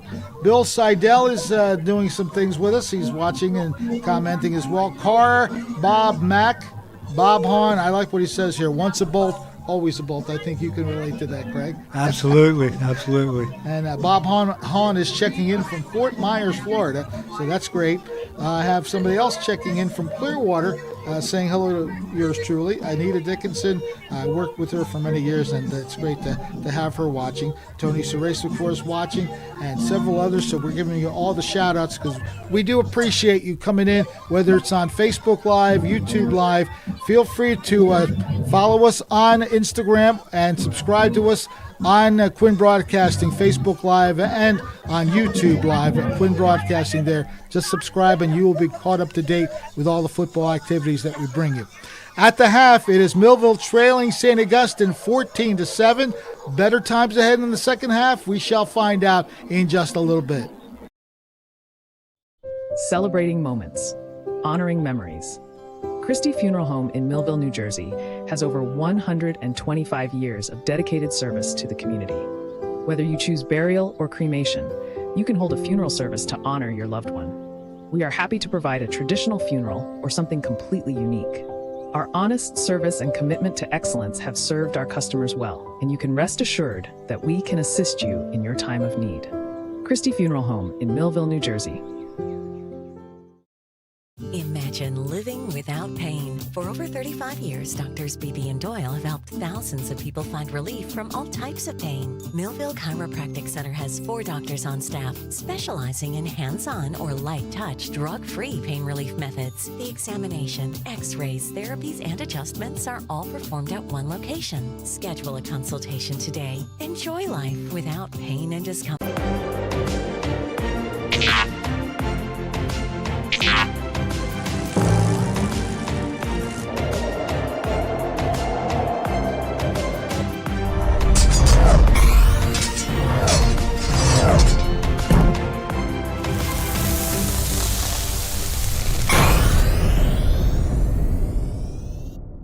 At Mintz Insurance, we're proud to have been serving our customers for nearly 80 years, offering 30 different insurance products for your auto, home, and business. And to help ensure that you're getting the best rates possible, we give you up to 3 quotes for every policy, so you can choose what's right for you. At Mintz, we're part of the community.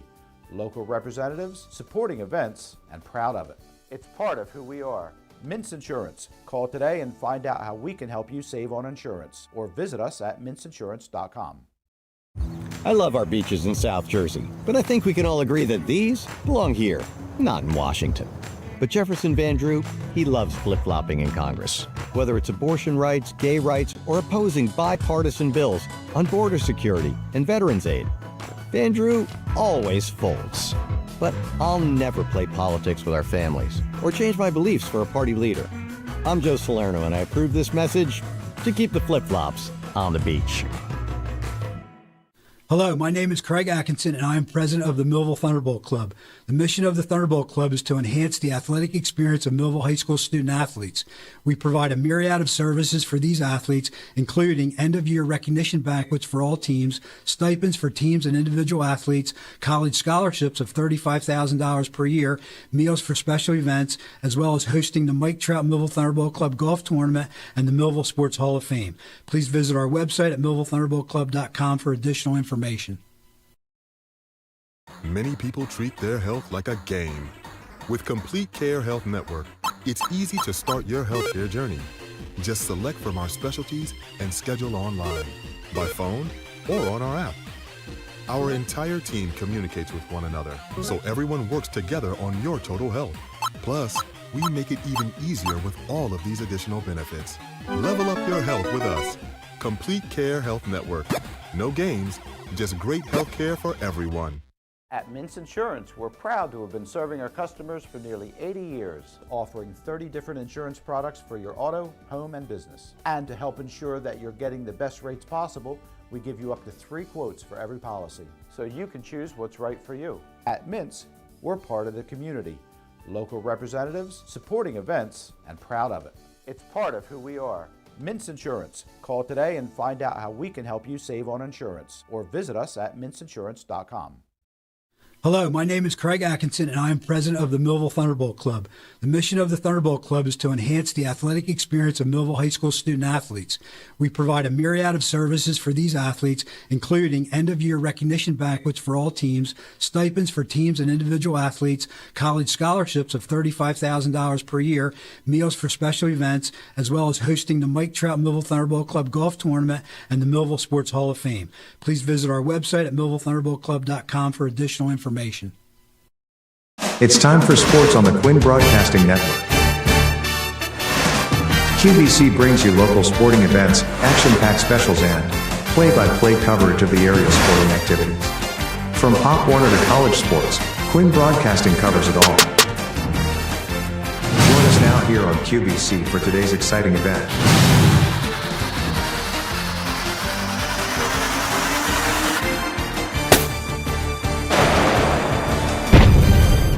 Our sponsors for today's game are Thunderbolt Area Federal Credit Union, Banking Like It Used to Be, Christie Funeral Home, Meeting All Your Family's Needs, TD Bank, America's most convenient bank, Millville Chiropractic Center, for all your personal needs, Complete Care Health Network, serving the greater Millville area, Millville Thunderbolt Club, supporters of the Millville Thunderbolts, Lauman's Windows and Doors, Eno Windows and Doors, Mintz Insurance Agency. For all your insurance needs, Joe Salerno for Congress. Ordered and paid for by Joe Salerno. We are in studio tonight for the game between the Millville Thunderbolts and the St. Augustine Prep. The Hermits, of course, leading 14-7. We'll get the score right. 14-7. And it's been a tough first half. Millville hopefully will make some adjustments to counter the rushing game particularly and do something to get at least their first score. Now, St. Augustine, I believe, gets the ball first, so they have a chance to keep their momentum going. Right, so it's a good test for Millville's defense right off the bat to stop them, force a punt, get field position, and start working on that offense again and scoring some points. Some other people watching us on Facebook Live, Dennis Thomas, of course, a coaching fraternity member back a few years ago. Debbie Smith Baumgarten saying go Bolts. Debbie Ford saying go Bolts. Doug White, He is calling us, actually watching us from St. Augustine, Florida. We have a lot of Florida people who watch us. It's Right. awesome. That's the nice thing about these people that check in with us here on Facebook Live. And I appreciate what Jason DeVries has said here.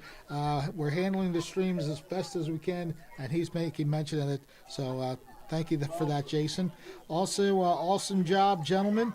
That is by Alistair Pemberton, thanking Jim Quinn for always keeping Millville on the TV so that people can watch their games. So we love what we do here. I know I enjoy every privilege that I have to broadcast the games, and we are glad that you are enjoying them as well.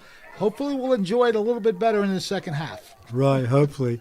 And, talking about Jim broadcasting the game, Jim broadcasted the games when I played, and I played over 50 years ago. So, that's quite the feather in the cap for the community. To broadcast the high school games on the local station is just tremendous. There's not many, communities that do that.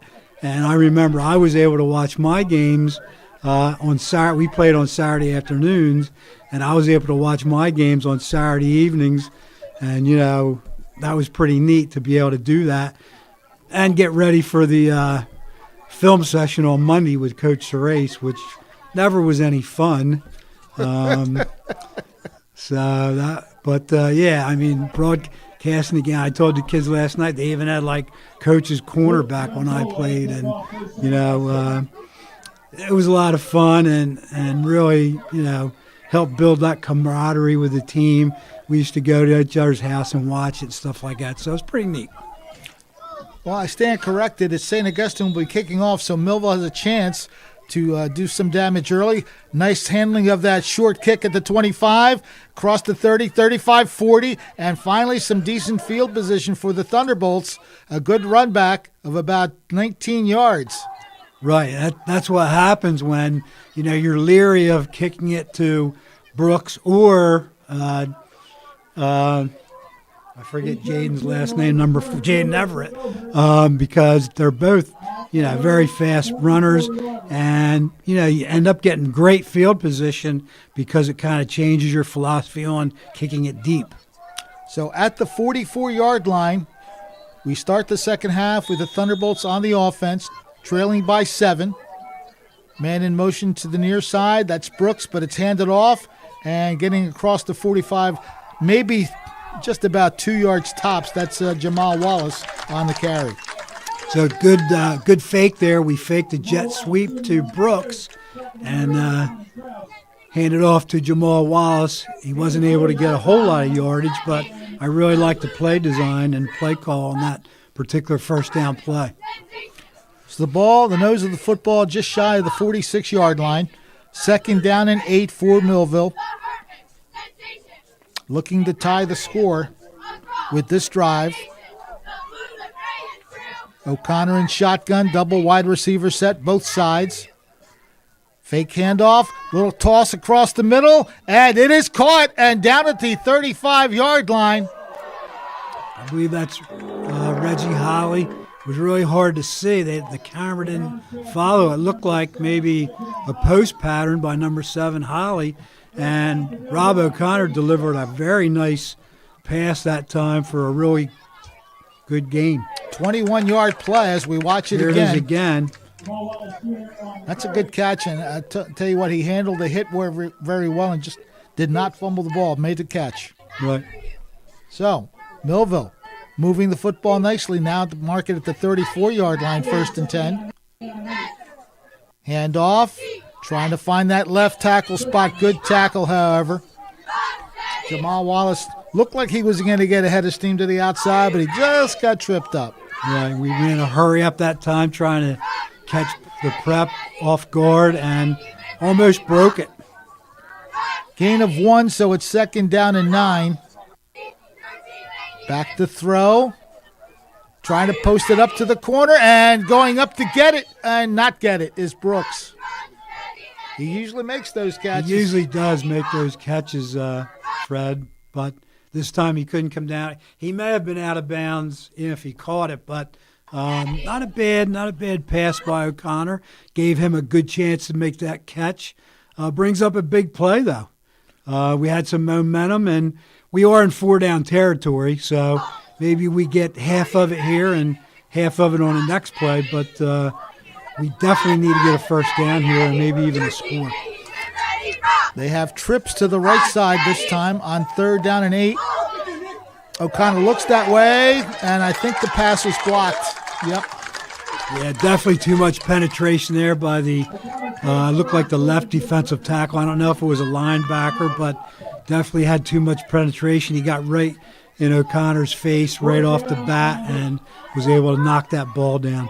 So it brings up a 4th down, which is a big play in this football game. 4th down and still 8 yards to go. Robert O'Connor getting the call from the sideline. Let's see what they pull out here on 4th and 8. They need to get to the 24-yard line. Yes, good pan that camera, thank you. 4th down and 8 for the Thunderbolts. Trips again to the right side. Again, good pressure. Short screen is complete. Some room to run, and he does have the first down. He got beyond the 24. So that is a big play for Millville. And that's a really good call by Coach Ayala, run that screen pass there. Again, we're in hurry up here trying to catch him off guard. Holly with the reception and the run. Now the handoff. Wallace tries to bounce it outside. Comes back inside. St. Augustine does very well to seal that up. One of the lead tacklers, number 88. That would be Ron Krause. Wallace did a good job, did a really good inside cut on that play, gaining some positive yardage. Ball is just inside the 20-yard line at the 19, so it'll be 2nd down and about 6. Again, Fred, 4-down territory, so we can get some positive yardage here. It'll be in our favor. Looking across the middle. It is caught, and it's a touchdown. That is number 0 for Millville, Xavier McBride. Nice quick toss and pretty much on the money. Really good, accurate pass this time by Rob O'Connor. Just a flat, a post pattern right across the middle by McBride. Almost like a little seam pattern. Didn't really make that break. Got inside that zone. Made a good catch. Hopefully Millville can convert the extra point and tie this game up. So good response to open up the second half. The extra point kick, the snap is a little bit low. Great job of getting the ball down and allowing the kick to go through. So good job by the hold man. They had a tough snap there, but he made it, put the ball down, and it's good. So we are all tied up again. That's the response Millville needed to do. Let's see if the Millville defense can equally make a response. Hello, my name is Craig Atkinson, and I am president of the Millville Thunderbolt Club. The mission of the Thunderbolt Club is to enhance the athletic experience of Millville High School student-athletes. We provide a myriad of services for these athletes, including end-of-year recognition banquets for all teams, stipends for teams and individual athletes, college scholarships of $35,000 per year, meals for special events, as well as hosting the Mike Trout Millville Thunderbolt Club Golf Tournament and the Millville Sports Hall of Fame. Please visit our website at millvillethunderboltclub.com for additional information. It's time for Thunderbolt football.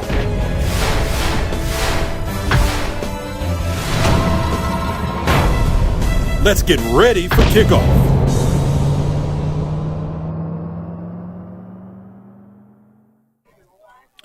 Well, the Thunderbolts doing exactly what they needed to do to come out of the locker room, get a drive, and get a touchdown to tie this game. And we're all knotted up at 14 early on here in the third quarter. Kickoff landing at about the 15-yard line, across the 20, and good coverage by Millville, beyond the 25, but not much more. So good coverage that time by the Bolt kickoff team. And again, like you said, Fred, we came out and did exactly what we needed to do, change that momentum and get a score on the board, tie this game up, and now go from there. Now we have it in the defense's hands. Hopefully they can hold this running game to a minimum, get the ball back, and go down and score again. But a really nice offensive series by the Thunderbolts that time. A couple of key conversions, of course, and some good passing by O'Connor. Let's see what St. Augustine has planned here. They have the ball at the 28-yard line. The Hermits start 1st and 10 at that spot. They show a little shotgun here. Store passes quickly to the right side and a good lane to run across the 45 midfield and finally dragged down. That catch made by number 5, the man who caught the touchdown pass, Roman Coney. We were kind of outmanned there. I mean, we only had one defensive back covering 2 guys, I believe, and that's why that receiver was so wide open. Maybe a defensive miscue there, but good recognition by Stower to see that, and he gets a big play after the catch. Now the big man is taken down behind the line of scrimmage. That's the kind of plays that Millville needs to make. Julian Turney not getting anywhere. And I think that was Darren Blatzowitz that made the play there. All-state tackle. He needs to come up big in this running game in the second half. Loss of a yard, so it's 2nd down and 11. Ball is spotted at Millville's 46-yard line. And they gave up the big pass play, but they still have a chance to seal it here. 2nd and 11. Store awaits the snap from center. He rolls to his left, looking to throw. And it is it in bounds? They are going to give it to him. And he might be enough for a 1st down. Boy, that's a nice offensive play there. I mean, the quarterback's rolling out to his left. He's just running basically a 10-yard out pattern and was able to put the ball right on the money and convert that for a 1st down. So the ball spotted at Millville's 30-yard line. St. Augustine trying to respond to Millville's touchdown. So far, so good for the Hermits. Hand off. Up the middle, and again, a good job of stacking them up at the line of scrimmage. And there you see what you said, Craig. They have to get a lot of people on top of Turney. Exactly right. And basically, we've stopped the running game this half, but they've completed 2 passes for some good yardage and 1st downs, which has hurt us. But, yeah, again, maybe putting a couple extra guys up in the box has helped us stop this running game from the prep. Loss of a yard, so it's 2nd down and 11. Again, they have 2 wide receivers split to the right side. Shotgun formation, and I believe Millville jumped. Yeah, that's another mental mistake, not watching the football. And really just something that you have to work on and watch the football. I mean, that's what coaches have to remind you of. Watch the football when you're on defensive line. You don't want to give up yardage like that, especially when it's 2nd and 11. Running play up off right tackle there. The carry made by number 5. That is Roman Coney. Shy of the 1st down. Ball spotted at the 32-yard line, so they're just 2 yards away from that 1st down.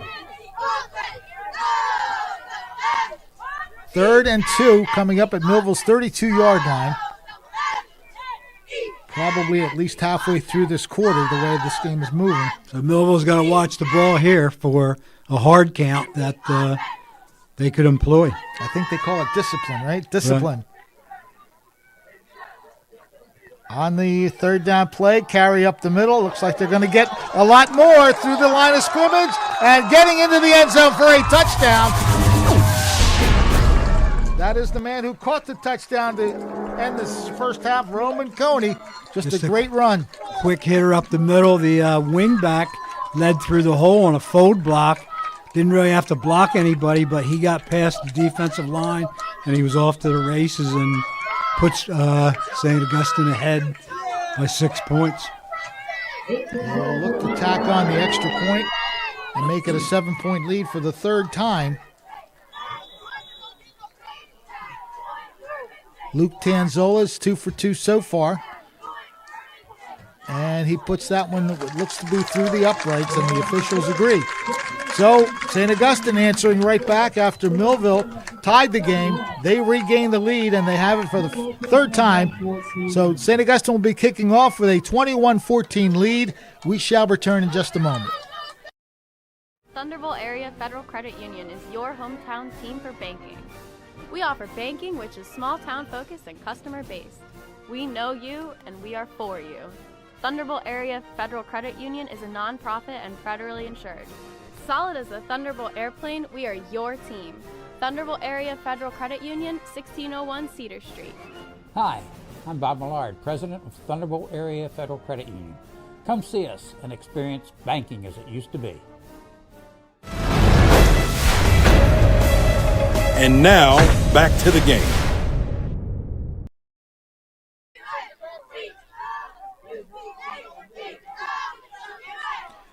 St. Augustine with their third lead of the game. Both teams, first possession of the second half, they take it the distance. And that puts the Prep back up 21-14.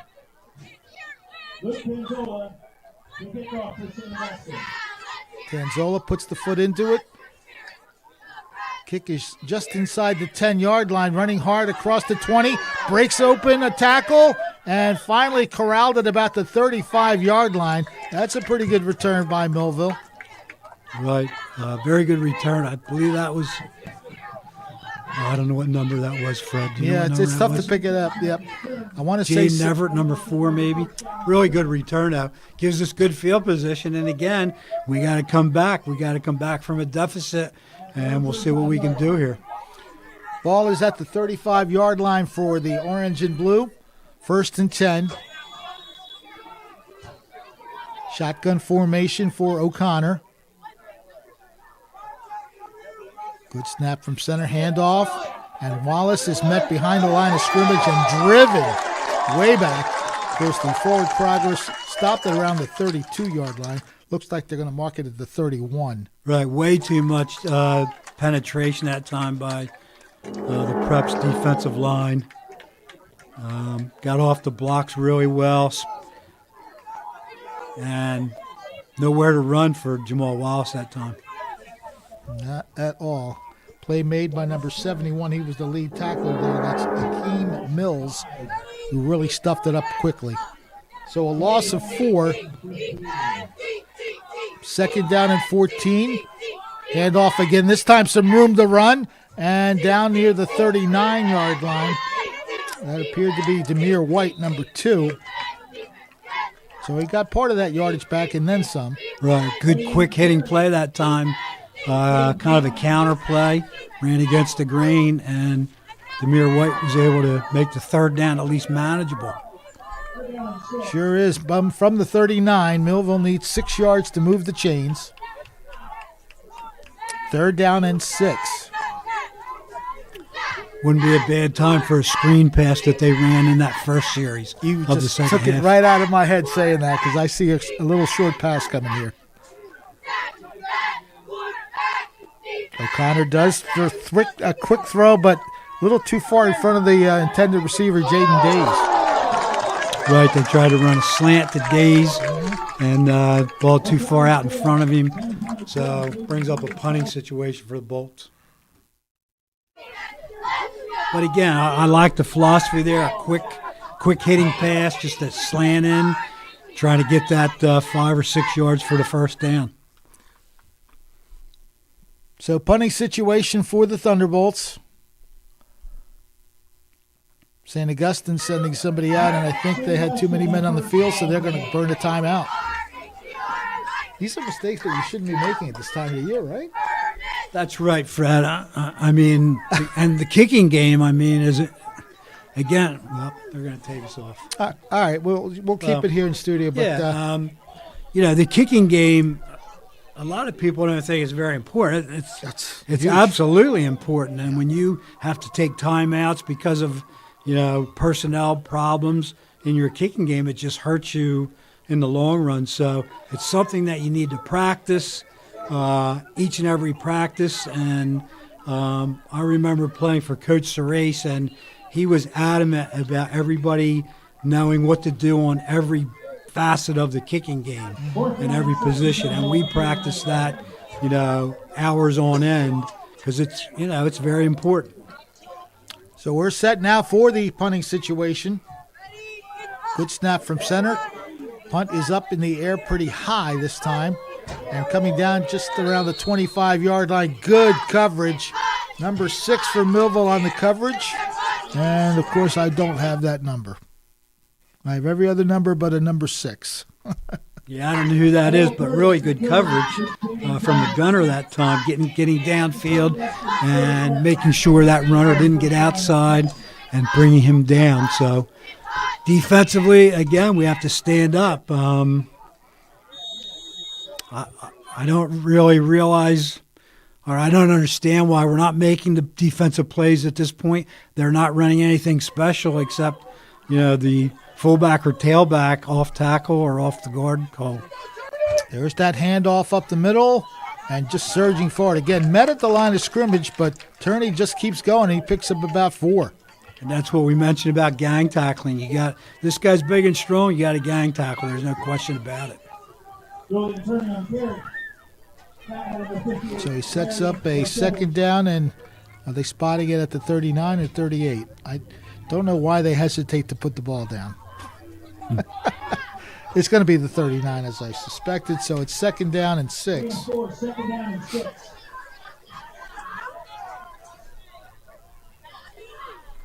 From the 39-yard line, man in motion to the near side, and again they hand off to Turney across the 40. He's going to be shy of the first down, but again the yardage he picks up makes it a manageable third down. Fred, I did notice our linebackers play, pretty far off the ball. And I know that's a defensive philosophy to allow them to scrape and to flow into plays. But with this offense that's running, basically they're quick hitters. I might want to employ the linebackers closer to the line of scrimmage rather than that 4 or 5 yards off the ball that they're playing right now. This is classic Julian Turney territory, 3rd and 2. He does get the carry, and he does get beyond the 40-yard line. That will be enough. First down for the Hermits. Go ahead. I was going to say, I don't know if Millville has a 6'2 alignment for short yardage in their arsenal, but, a short yardage arsenal, maybe like a 6'2 where you cover the offensive lineman on the nose could help Millville defensively stop this big fullback that they're employing. Williamstown trailing Kingsway in the second quarter, a 7-0 score there. 1st and 10 for the Hermits at their own 41-yard line. Fake the handoff this time, and I don't think that's going to be a completion. No. Good step up. Trying to see who it was that came up for Millville, but they're all kind of gathered up, and it looks like number 4. Well, our corner came, if that was Jaden, he came up really good on that screen. I'm not sure that was a forward pass, to be honest with you. But I think the receiver came up with it, but they called it incomplete. So, but our cornerback really made a nice play on that by coming up on that. Well, you like it when your cornerbacks can read a play like that and really meet the receiver. That's exactly what that was done there. But as an offensive guy, what I do on the next play, I fake that and send the guy deep, and he's going to be wide open on a deep pattern.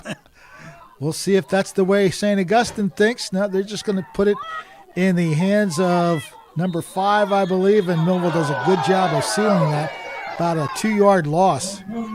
Really nice play by a couple guys. Jaden Jones is in on that play, and Darren Lotzier. But, you're right. It seems like different times we come up really with some good defensive plays for some reason. Brings up a long 3rd and 12 and probably a passing situation, so we have to be wary of anybody getting behind us. And big play in the football game, as I've said before many times, but it seems to be there's a lot of big plays in this game. Storr has put the ball in some good spots with the passing game, and then the runners make things happen after the catch. We'll see what happens here on 3rd and 12. He does throw it quickly, but it's incomplete this time. Probably wouldn't have been a first down anyway. And it seems like they're putting the quarterback on a rollout situation to get him free of any pressure from the defensive line. Brings up a punting situation, so Millville makes a good defensive stand there and is able to get the ball back. So St. Augustine will be punting away from their own 39-yard line. They lead by 7. Probably quite deep into the third quarter, as both teams have had a few possessions. Okay, 1 minute, 5 seconds left. We'll see how this punt goes. Maybe they get a nice return. Good snap from center. High kick and a deep kick. Oh, okay. Well, you're not supposed to touch the ball like that, but he saves it, and Millville not exactly in great field position. I think that's going to be around the 12-yard line. Again, Fred, that's why you got to catch the punts. You have to, if you make a fair catch on it, you have to catch the punt. No question about it, especially on an artificial turf field, because 9 times out of 10, that ball's going to bounce and carry its momentum and roll towards the goal line that you don't want it to roll towards. So you gotta do a good job scouting and see how far their punter's able to punt it and make that catch so you don't get penalized with poor field position. They actually put it down at the 14-yard line. 1st and 10 Thunderbolts. O'Connor back to throw, has some time, airing it out, and it is caught along the sideline. But he dropped it. He dropped it. Okay, juggled it as we see the official indicate there. Good throw. Very good throw, good accurate throw. Probably should have been caught. Yep. But wasn't able to hold on right on the sideline. So I'm not sure he would have been in bounds either. He was really tight to the sideline. Right. So it's 2nd down and 10. Millville trailing by 7 points. Millville has tied this game twice, but each time St. Augustine's come back to regain the lead. O'Connor in the shotgun. Again, quick toss. This one's complete. And some running up the sideline. 1st down territory across the 30-yard line. So again, that quick screen working very effectively for the Thunderbolts, and that's Brooks getting it done. Right, that's that quick pass, just that slip screen. He's able to get big yardage from a real quick pass, almost like a long handoff, so to speak. Easy to complete, and good hands, good move. Turns out into a 1st down, big gain. 17-yard pass play. Another quick toss, and is he in bounds? Yes, he is. A good awareness of where his foot was. That's Brooks again with a big catch. Right, so that O'Connor really made a nice scramble on that. We're in a hurry up here, Fred. Ride the tide, as they say. Cross the 50-yard line, a good 1st down run. That's White on the carry, gets it across. Well, they're going to put it right at midfield. I like this hurry-up offense, keeping St. Augustine on their heels, so to speak. Another handoff to White. He picks up maybe 3 yards to the 47. He's going to be real close to the 1st down. Yeah, they might have to come out and measure this one. We're going to give him the 1st down. They do give it to him. A couple seconds left in the quarter, and the running clock will probably end it. So there we are at the end of the 3rd quarter. Millville is on the march, looking to create a tie once again. It's 21-14 after 3 quarters of play. Stay with us. It should be an interesting 4th quarter. Many people treat their health like a game. With the Complete Care Health Network, it's easy to start your healthcare journey. Our mental health services focus on the emotions and behaviors that affect your overall well-being and features psychiatric, counseling, and addiction services, including our exclusive Fresh Start program, designed to help combat the opioid epidemic in our communities, plus all the other specialties you expect from Complete Care. Level up your health with us. The Complete Care Health Network. No games, just great healthcare for everyone. I love our beaches in South Jersey, but I think we can all agree that these belong here, not in Washington. But Jefferson Van Drew, he loves flip-flopping in Congress. Whether it's abortion rights, gay rights, or opposing bipartisan bills on border security and veterans aid, Van Drew always folds.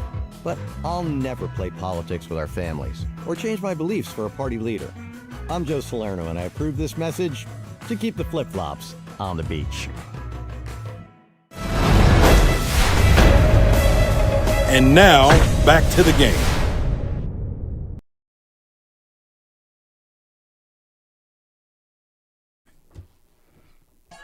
So Millville with the first down at the 47-yard line as we start the fourth quarter. 21-14. Let's see what Millville can pull out of the hat here. O'Connor back to throw, has the time, airs it deep, and it is caught behind everyone and into the end zone. Touchdown, Thunderbolts! Wow. I think it might have been a deflection, Fred. I'm not sure. I don't know how the ball got where it got to, I'll say that. It looked like it was going to come up short. It could have been a deflection off our other receiver into the hands of our other receiver. Very difficult to see, but... Any way you slice it, Millville's an extra point away from getting the third tie of the game. Right. Big extra point here. It's getting late in the game, fourth quarter, and we're missing some more guys. Missing some more guys on the extra point team. We're missing the holder. I don't know what we're missing. Yeah. And you don't want to waste the timeout here. Fourth quarter, you're sure. just trying to tie the game.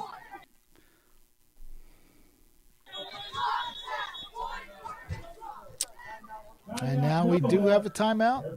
Yep. God, you hate wasting timeouts on things like that. Yeah, it's very unnecessary to waste the timeout on a play on the extra point. I mean, come on. Well, Ray, Cocos Valley's having a good night. And really, up to this point, the most important extra point of the game. You know what I mean?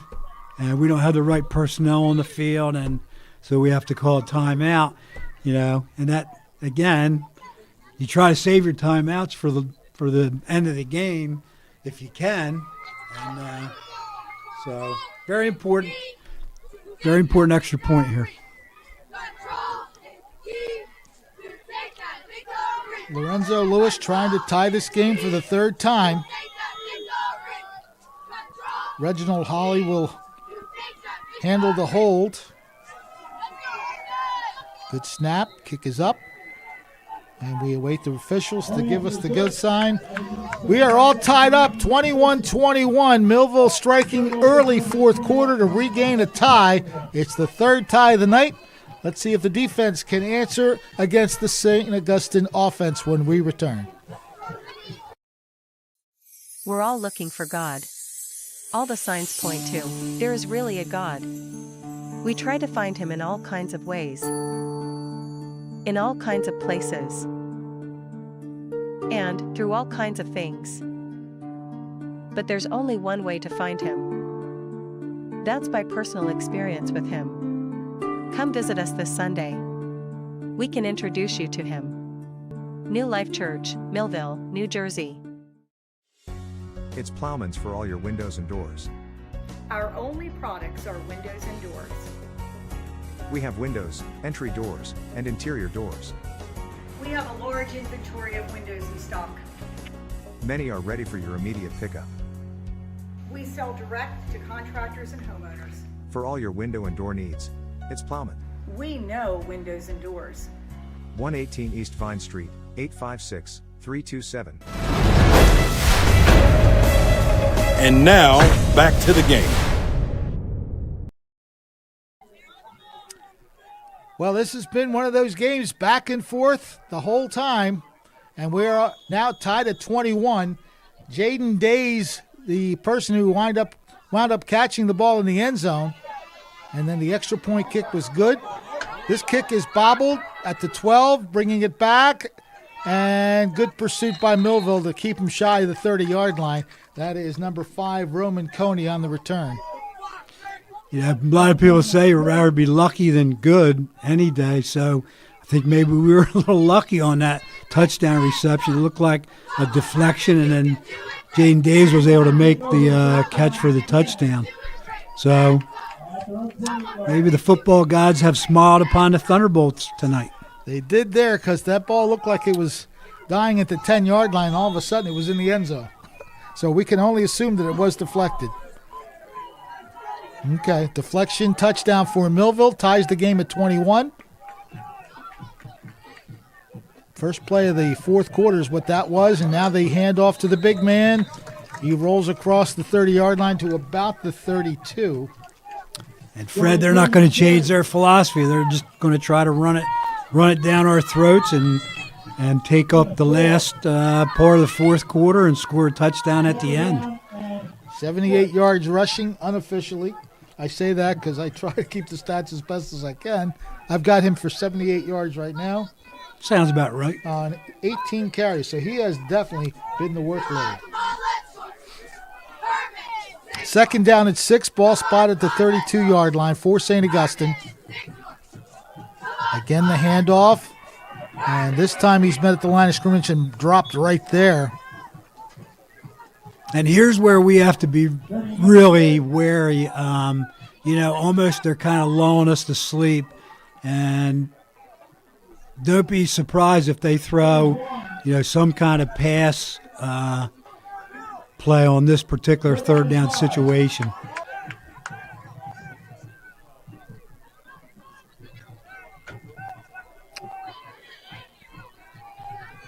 All right, key third down here. Ball at the 33-yard line. 3rd and 6. They do try to throw, and flushed out of the pocket. He's telling him to go, and he's not going to catch up to it. So there you have the defensive stand that Millville needed. And if they can get the ball to their offense, have a chance to take the lead for the first time. Definitely needed that defensive stand right there, Fred, as you mentioned, and force the punt. Hopefully we can get good field position and take that ball down for a score. I don't know how much time's left in the fourth quarter, but we should have plenty of time to be able to mount and sustain a drive and score this winning touchdown. 10:14 left in this fourth quarter. Want to give credit to number 57, Octavian Spence. He forced the quarterback out of the pocket and made that a difficult play for them. So good job by Spence. Meanwhile, the kick is up, and it is going to go out of bounds. Oh, no, it's not. Somehow it stayed in bounds and rolls dead inside the 30 to about the 26-yard line. Not the greatest field position, but workable.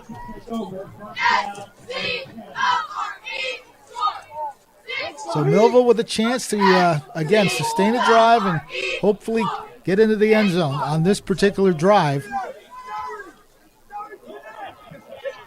And we have to keep our poise here. Rob O'Connor has shown good poise all year, especially for being an underclassman sophomore. So hopefully we can keep our poise as an offensive unit and gain some yardage here and end up scoring the winning points. 1st and 10 play for the Thunderbolts. Handoff, and met after maybe a 2-yard gain.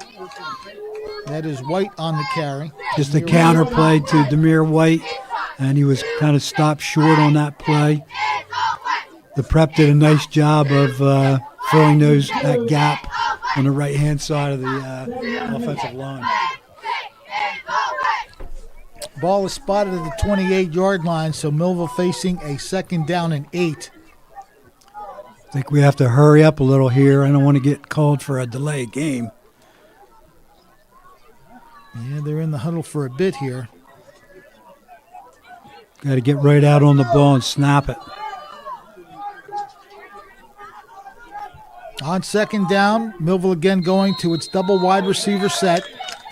And we have a whistle. And delay game. That's what we were suspecting. Delay game. Yeah. 6 penalties against Millville, all 5 yards, but all of them at key moments.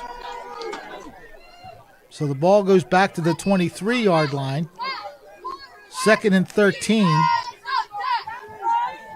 O'Connor, straight drop back, looks great. Now he's going to run the ball, and he's just going to take it to the sideline, maybe the 28-yard line. See if that's what, looks like they're going to put it to 29. Again, good poise by Rob O'Connor that time. He's not going to throw it up for an interception.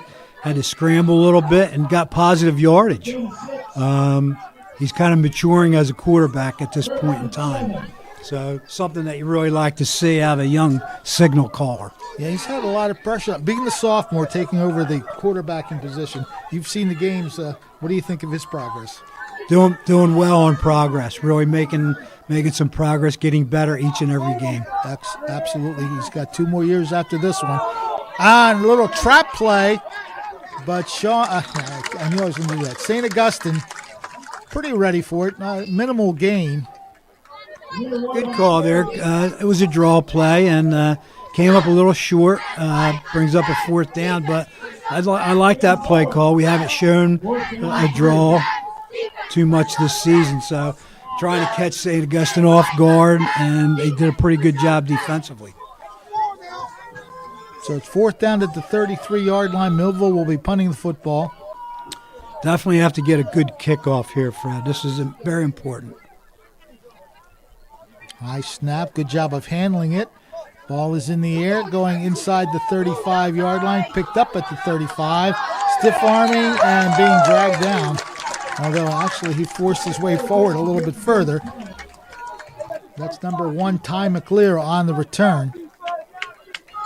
And yeah, again, you don't really see the stiff arm too much in high school football as you do in some of the other levels, but that was a nice play by the receiver that time, gaining a lot of extra yardage that he might not have had gained initially.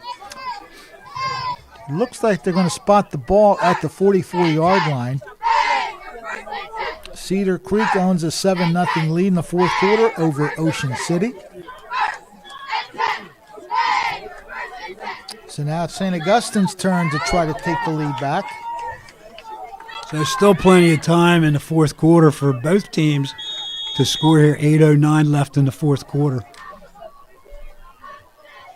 They hand it off to the big guy up the middle, bursting through across the 50-yard line. That's a great 1st down run, 8 or maybe 9 yards. Turney just powers his way through. Very basic football right there. Power run, and it's good for 9. Yeah, that's a runner that you're not going to bring down with arm tackles. He's a strong runner and really gives that second effort after that initial contact. It'll be 2nd down. The ball is spotted at the 47-yard line. They just need a long yard. And they put it in the hands of Turney once again. He's going to pick up the 1st down. And he got it inside the 45-yard line. This should be marked at the 44, but it is plenty for the 1st down. So this is where the Millville defense has to come up big and stop this St. Augustine Prep offense from gaining any more yardage and being able to get into the end zone for the winning touchdown. 1st and 10 from the Millville 44-yard line. All knotted up at 21. About 7 minutes left in this game, regulation-wise. And again, breaking free for a moment. Good patience on the run there. Yeah, Fred, I agree with you. Good patience. He let it happen in front of him, and then he made his move. So really good run by, what's his name, Tierney? Yeah, Julian Turney. Turney. He's their big running back, and he shows why every time he handles the football. Picked up 6 yards there. He's a junior? Is he a junior or senior? Oh, he's a senior, okay. I'm sure he's being recruited by some big-time colleges because he's an excellent football player, excellent runner of the ball. 2nd down and 4. Ball inside the 40-yard line for Millville, and there he is, breaking free, and he's got nothing in front of him. Touchdown for St. Augustine, cruising into the end zone on 2nd and 4, and once again, St. Augustine takes the lead. So almost looks like they catch us in a blitz here. We get out of position. Both our linebackers went to the right for some reason there and left a gaping hole for Turney just to take it all the way to the house. I don't know if that was a mistake on whose part, but it seemed like both our linebackers went to the right or the left tackle side simultaneously and left that gaping hole open. Extra point attempt coming up for St. Augustine. Kick is up. And I think it was blocked. Yeah, that didn't come anywhere near the goalpost, so a Millville block on the extra point kick, so it's only a 6-point gain. St. Augustine now leads 27-21. The Hermits will be kicking off in just a moment. Celebrating moments, honoring memories. Christie Funeral Home in Millville, New Jersey has over 125 years of dedicated service to the community. Whether you choose burial or cremation, you can hold a funeral service to honor your loved one. We are happy to provide a traditional funeral or something completely unique. Our honest service and commitment to excellence have served our customers well, and you can rest assured that we can assist you in your time of need. Christie Funeral Home in Millville, New Jersey. It's time for Thunderbolt football.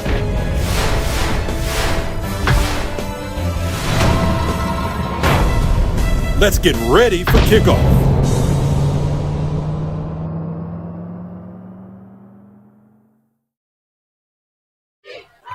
Welcome back to Quinn Broadcasting Studios here in Millville, streaming the game that's happening at St. Augustine, and the Hermits have regained the lead, and their fourth lead of the game, a short kick inside the 20-yard line, weaving through across the 35, and that's about it. But again, decent field position for Millville, and that blocked extra point comes into play right now. Could loom large at the end of the game if Millville's able to get down and score a touchdown. There's only 5 minutes or so left in this football game, but we do have we have 2 of our timeouts. That's right. We had to take a timeout on an extra point. Right. We only have 2 of our timeouts left, so that could loom large as well. But we have every opportunity here to come back and win this football game. 1st and 10, just beyond the 35-yard line. We'll call it the 36. Looks like Coach Ayala's yelling something out to his quarterback at the snap here. Handoff, good running lane, and a good pickup of about 5 or 6 yards. I believe that's Wallace, yep, number 3. Jamal Wallace on the carry. Really good run there for first down. 7 yards. Puts us in good position. Again, the handoff. We have a flag. We haven't seen that in a while, but more than likely when they throw it on that kind of play, we're going to get a hold somewhere. Yeah, I hope it's not offensive holding. That's a drive stopper right there. I saw the official at the bottom of the screen indicate it's against Millville. Yeah, apparently 2 officials saw it because there's 2 flags on the field. Very inopportune time for a holding penalty. As I mentioned, penalties are going to kill you no matter what they are and when they happen, but especially now it's a really inopportune time for a holding penalty. That'll bring up 2nd and 13 back at Millville's 33-yard line. Man in motion to the near side. Time to throw. Now he's chased out of the pocket, and he's just going to throw it away wisely. Live to run another play. Yeah, good defensive pressure that time. Beat the block and put a lot of pressure on O'Connor, who had to get rid of it almost immediately. Yeah, that holding penalty gives Millville 7 penalties for 40 yards. And it seems like every time they got a penalty, it was the wrong time. There's never a good time, but they've been hampered by those penalties throughout the game. That 10-yard holding definitely puts them in a bad spot right here, 3rd and 13. So I would say we almost have to go for it. It's 4-down territory. So maybe we try to get 7 or 8 yards here and make the 4th down a little more manageable. Quick toss is complete, and we have another flag down, so this will likely come back They pick up the first down, but I'm sure they're not going to pick up the flag. Sorry, I had to. It just came to mind. That was really a quick flag. Yeah, I can't believe that was a holding penalty because he threw it so quick after the completion. I can't imagine somebody could hold on that play so quick. So I don't know what that call is, but they're in a conference right now talking about it. They called the one referee who's across the way. Oh, they're going to picking up the flag. And it's going to be a first down for Millville to Brooks on that slip screen. Yeah, they did pick up the flag. Listen, weird things happen in this world. Okay. Now I thought he got they're not going to give him the first down. I thought he was well over the line. And even if he isn't, that's right on the 46, which is the first down mark. Wow. I thought he was well past that mark. Yeah, that's not a good spot. That is not a good spot. They're going to measure it. Again, we don't have a chance to look at it again, but I thought he got the first down, more like towards the 48-yard line. It's not going to be a first down, I don't think.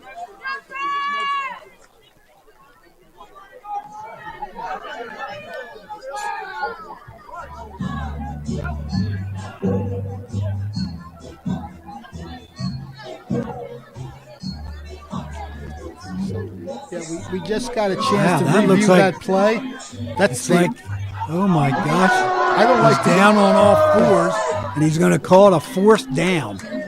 I don't like getting on these things, but he was actually tackled at the 47-yard line. Yeah, I thought he was, Fred. He did get the first really down. A bad spot. Yeah. That's a shame. I mean, they call a penalty that didn't occur for whatever reason, right? And then they get a bad spot. I mean, come on. You know. It kind of balances out when you think about it. They pick up the flag, which is good for Millville, but they spot it in a way that, they got 4th and inches. They need about not even a yard, and they do get it. Good job. That is Wallace just busting off the right tackle spot and plunging forward for the first down. He wanted that first down there, Phil. Good effort. Tuck the ball away and just put your head down and get it. So new set of downs for Millville. O'Connor, that ball is knocked down and almost intercepted. Wow. Great athletic effort there by Nicholas Costa. He almost picked off the ball. Yeah, O'Connor was trying to just dump that to Jamal Wallace in the flat, and defensive end was able to knock that ball down.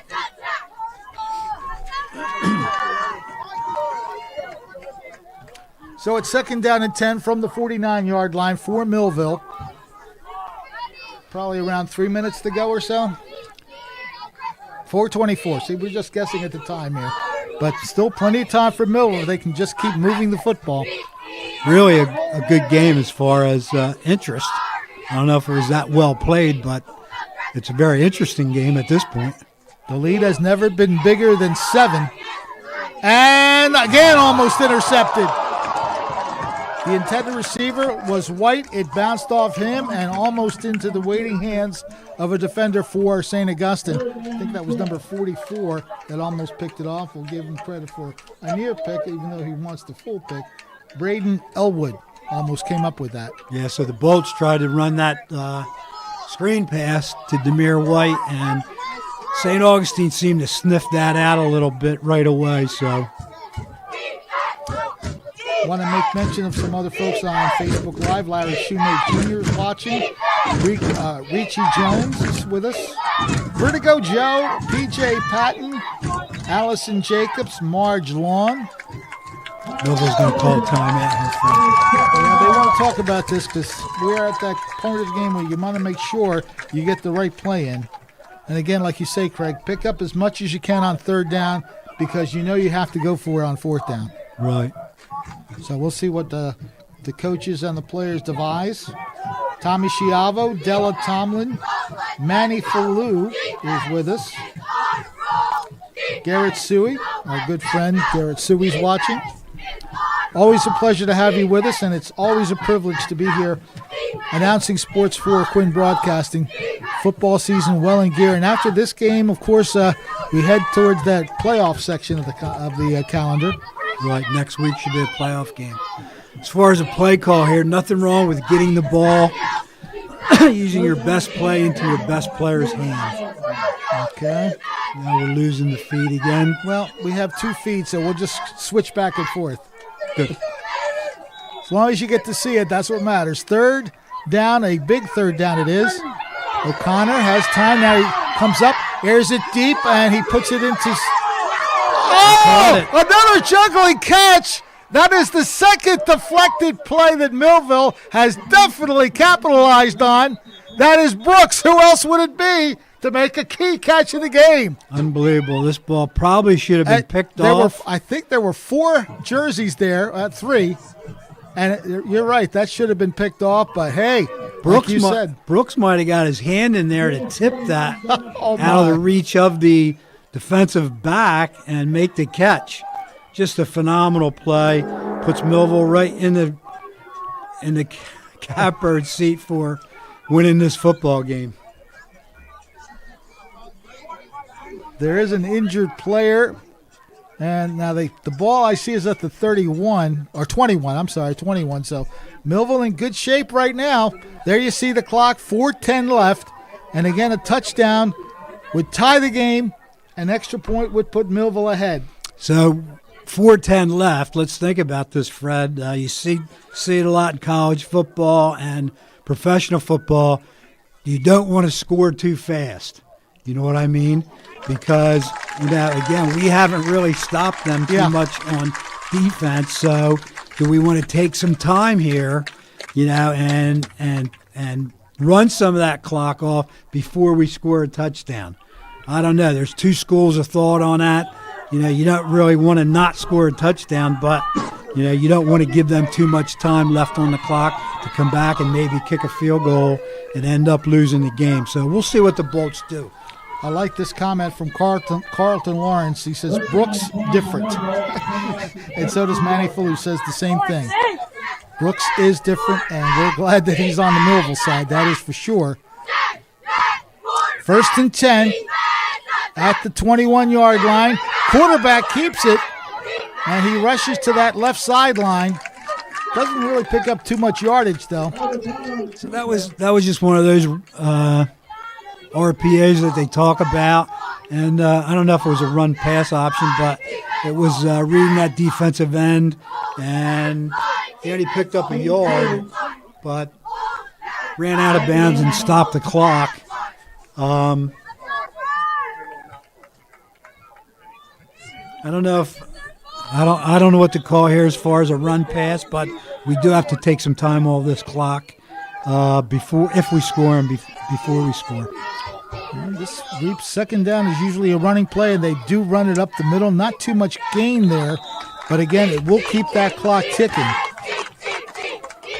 We are obviously in 4-down territory here, Fred, so we do have to keep in mind we have to pick up a 1st down. That's the most important thing at this point. Ball is at the 18-yard line. 3rd and 7 coming up for Millville. I feel another run here unless they decide to go with that short screen pass. We'll see. Again, nothing wrong with getting that ball into your best player's hands on a short pattern to avert the rush. Well, Brooks is at the bottom of the screen there. He split to the right. O'Connor is rolling out to his left. Looks to throw, and I think he just basically threw it away. So now it's down to 1 play.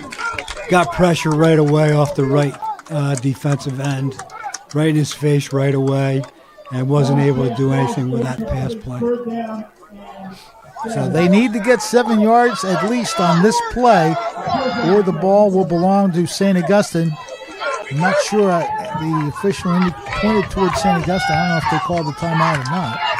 It doesn't look that way, but a key 4th down play for this game. 2:48 left in the 4th quarter.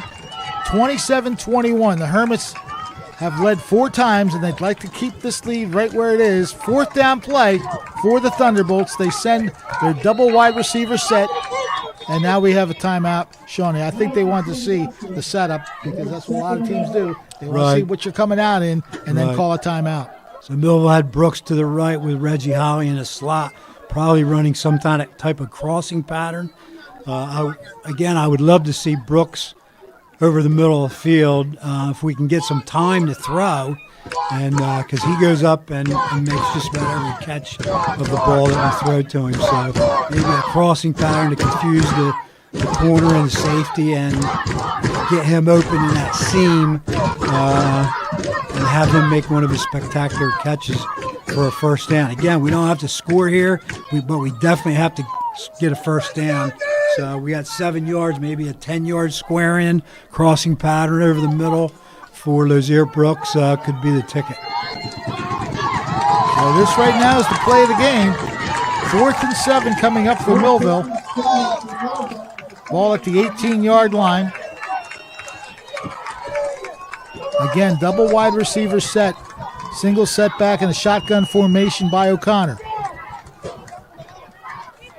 He has time. Pumps, airs it out deep, and it is picked off. I don't know, Fred. We don't have to get the touchdown there. We have to get the first down. So I'm kind of critical. I'm going to be critical of that call right there. We do not have to get the touchdown. We send Brooks deep, and we throw the interception. So 7 yards, that's all we needed, and we try to get an 18-yard touchdown. So I am critical of the call. I apologize to the coaches, but that's not a good call, I'll be honest with you.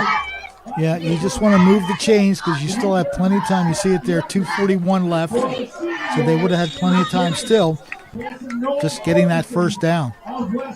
As it is, St. Augustine might be able to run out the clock here. I think Millville has 2 timeouts left because they did use one. I think we only have one timeout. One timeout? Because we used one on the extra point.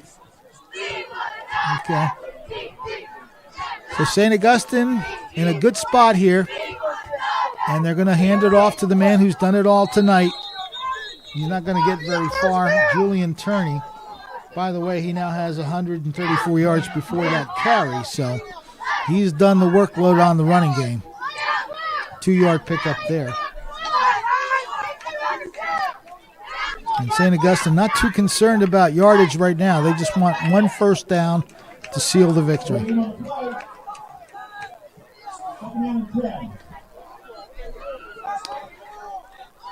I thought Millville had a time. I would have probably used a timeout there. I mean, you don't really want to save it for your offense. Under 2 minutes left in the game. Again, Turney on the carry, breaks free, and he's behind the pack. We're going to assume that he's going to go a long way because the camera didn't help me, but there he is down at the 41, and I think that'll go a long way to sealing this one. Again, just a quick hitter up the middle. Now this running back, we got arm tackles, and he just breaks it free. And once he gets his locomotive running, you can see what he can do.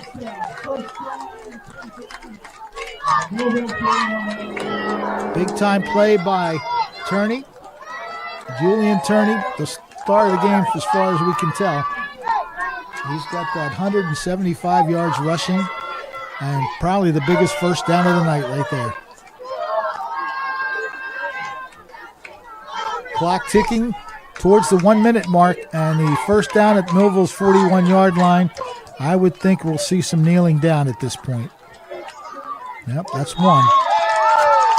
They basically just let the clock run, and I think just one more kneel will win it for them. So, good effort by Millville, but St. Augustine just kept taking the lead. Millville would come back and tie, but St. Augustine got that 4th touchdown and then made the interception in the end zone. Yeah, Fred, we really couldn't stop them on defense. I mean, even at the end of the game, we just couldn't make that stop when we needed to. That's the downfall of the Thunderbolts in this particular football game.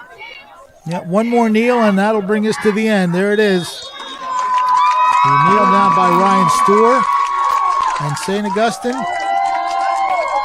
I kind of figured they'd come out loaded for bear after last week. I got to see that game against Rancocas Valley. I'm sure they thought they gave that game away, the way the second half unfolded.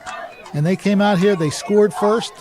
And every time Millville came back to tie, give credit to Millville for their efforts to get the game tied 3 times.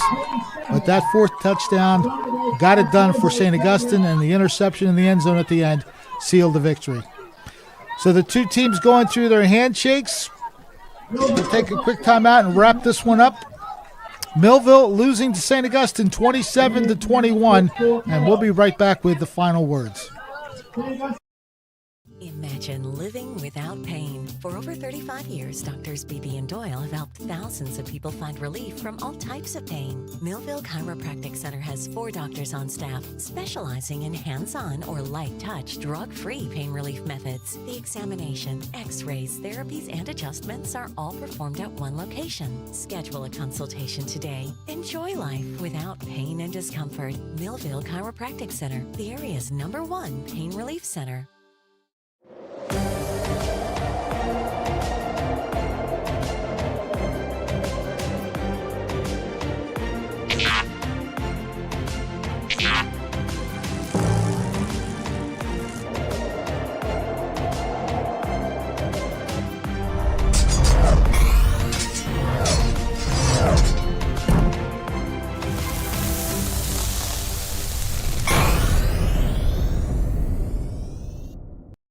Thunderbolt Area Federal Credit Union is your hometown team for banking.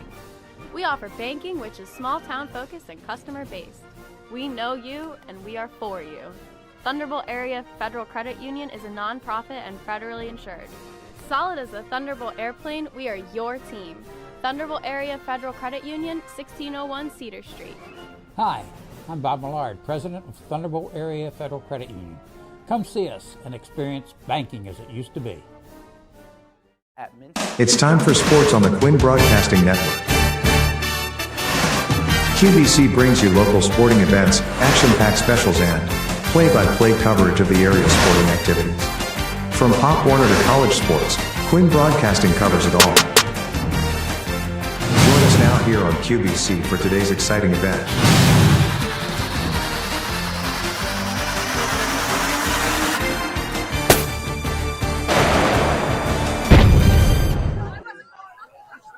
Well, quite a battle at Richland tonight between the hometown Hermits of St. Augustine and the visiting Thunderbolts of Millville. Back and forth the whole night, and it is St. Augustine's year to win this time. A 27-21 final from Richland. Fred Melendez along with Craig Atkinson. These two teams battled the whole time, and it came down to that one play at the end where, again, a 4th down play that maybe they should have gone a little short and just collect the 1st down and then go from there because there was plenty of time left. But they chose to go for the deep ball, and St. Augustine, to their credit, made the interception. Right, and, we had a couple on that. When we got that 1st down, Brooks made that deflected catch. We had a couple bad plays. I mean, it put us in a bad spot.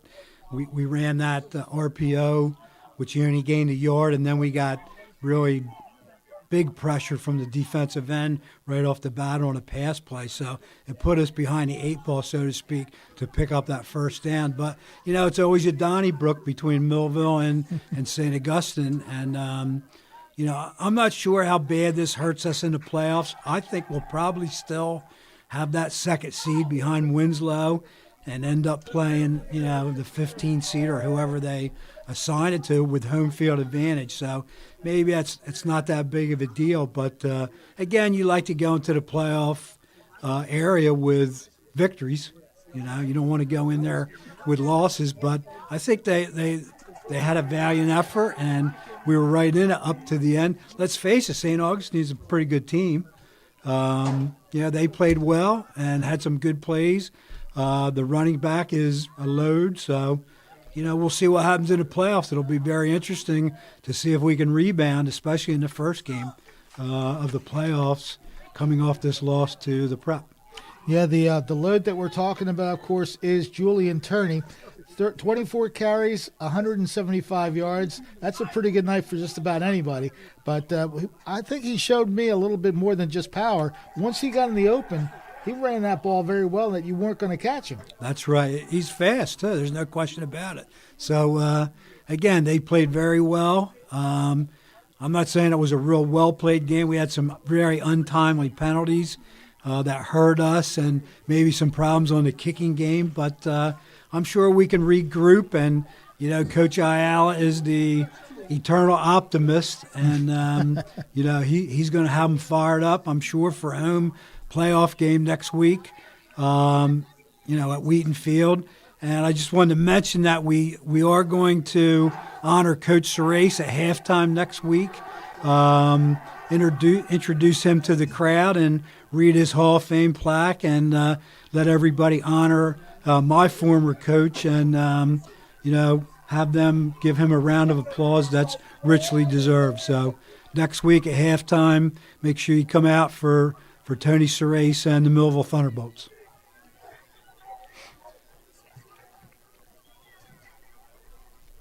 Okay. Our sponsors for today's game are Thunderbolt Area Federal Credit Union, banking like it used to be, Christie Funeral Home, meeting all your family's needs, TD Bank, America's most convenient bank, Millville Chiropractic Center, for all your personal needs, Complete Care Health Network, serving the greater Millville area, Millville Thunderbolt Club, supporters of the Millville Thunderbolts, Plowman's Windows and Doors, Bino Windows and Doors, Mintz Insurance Agency. For all your insurance needs, Joe Salerno for Congress, ordered and paid for by Joe Salerno.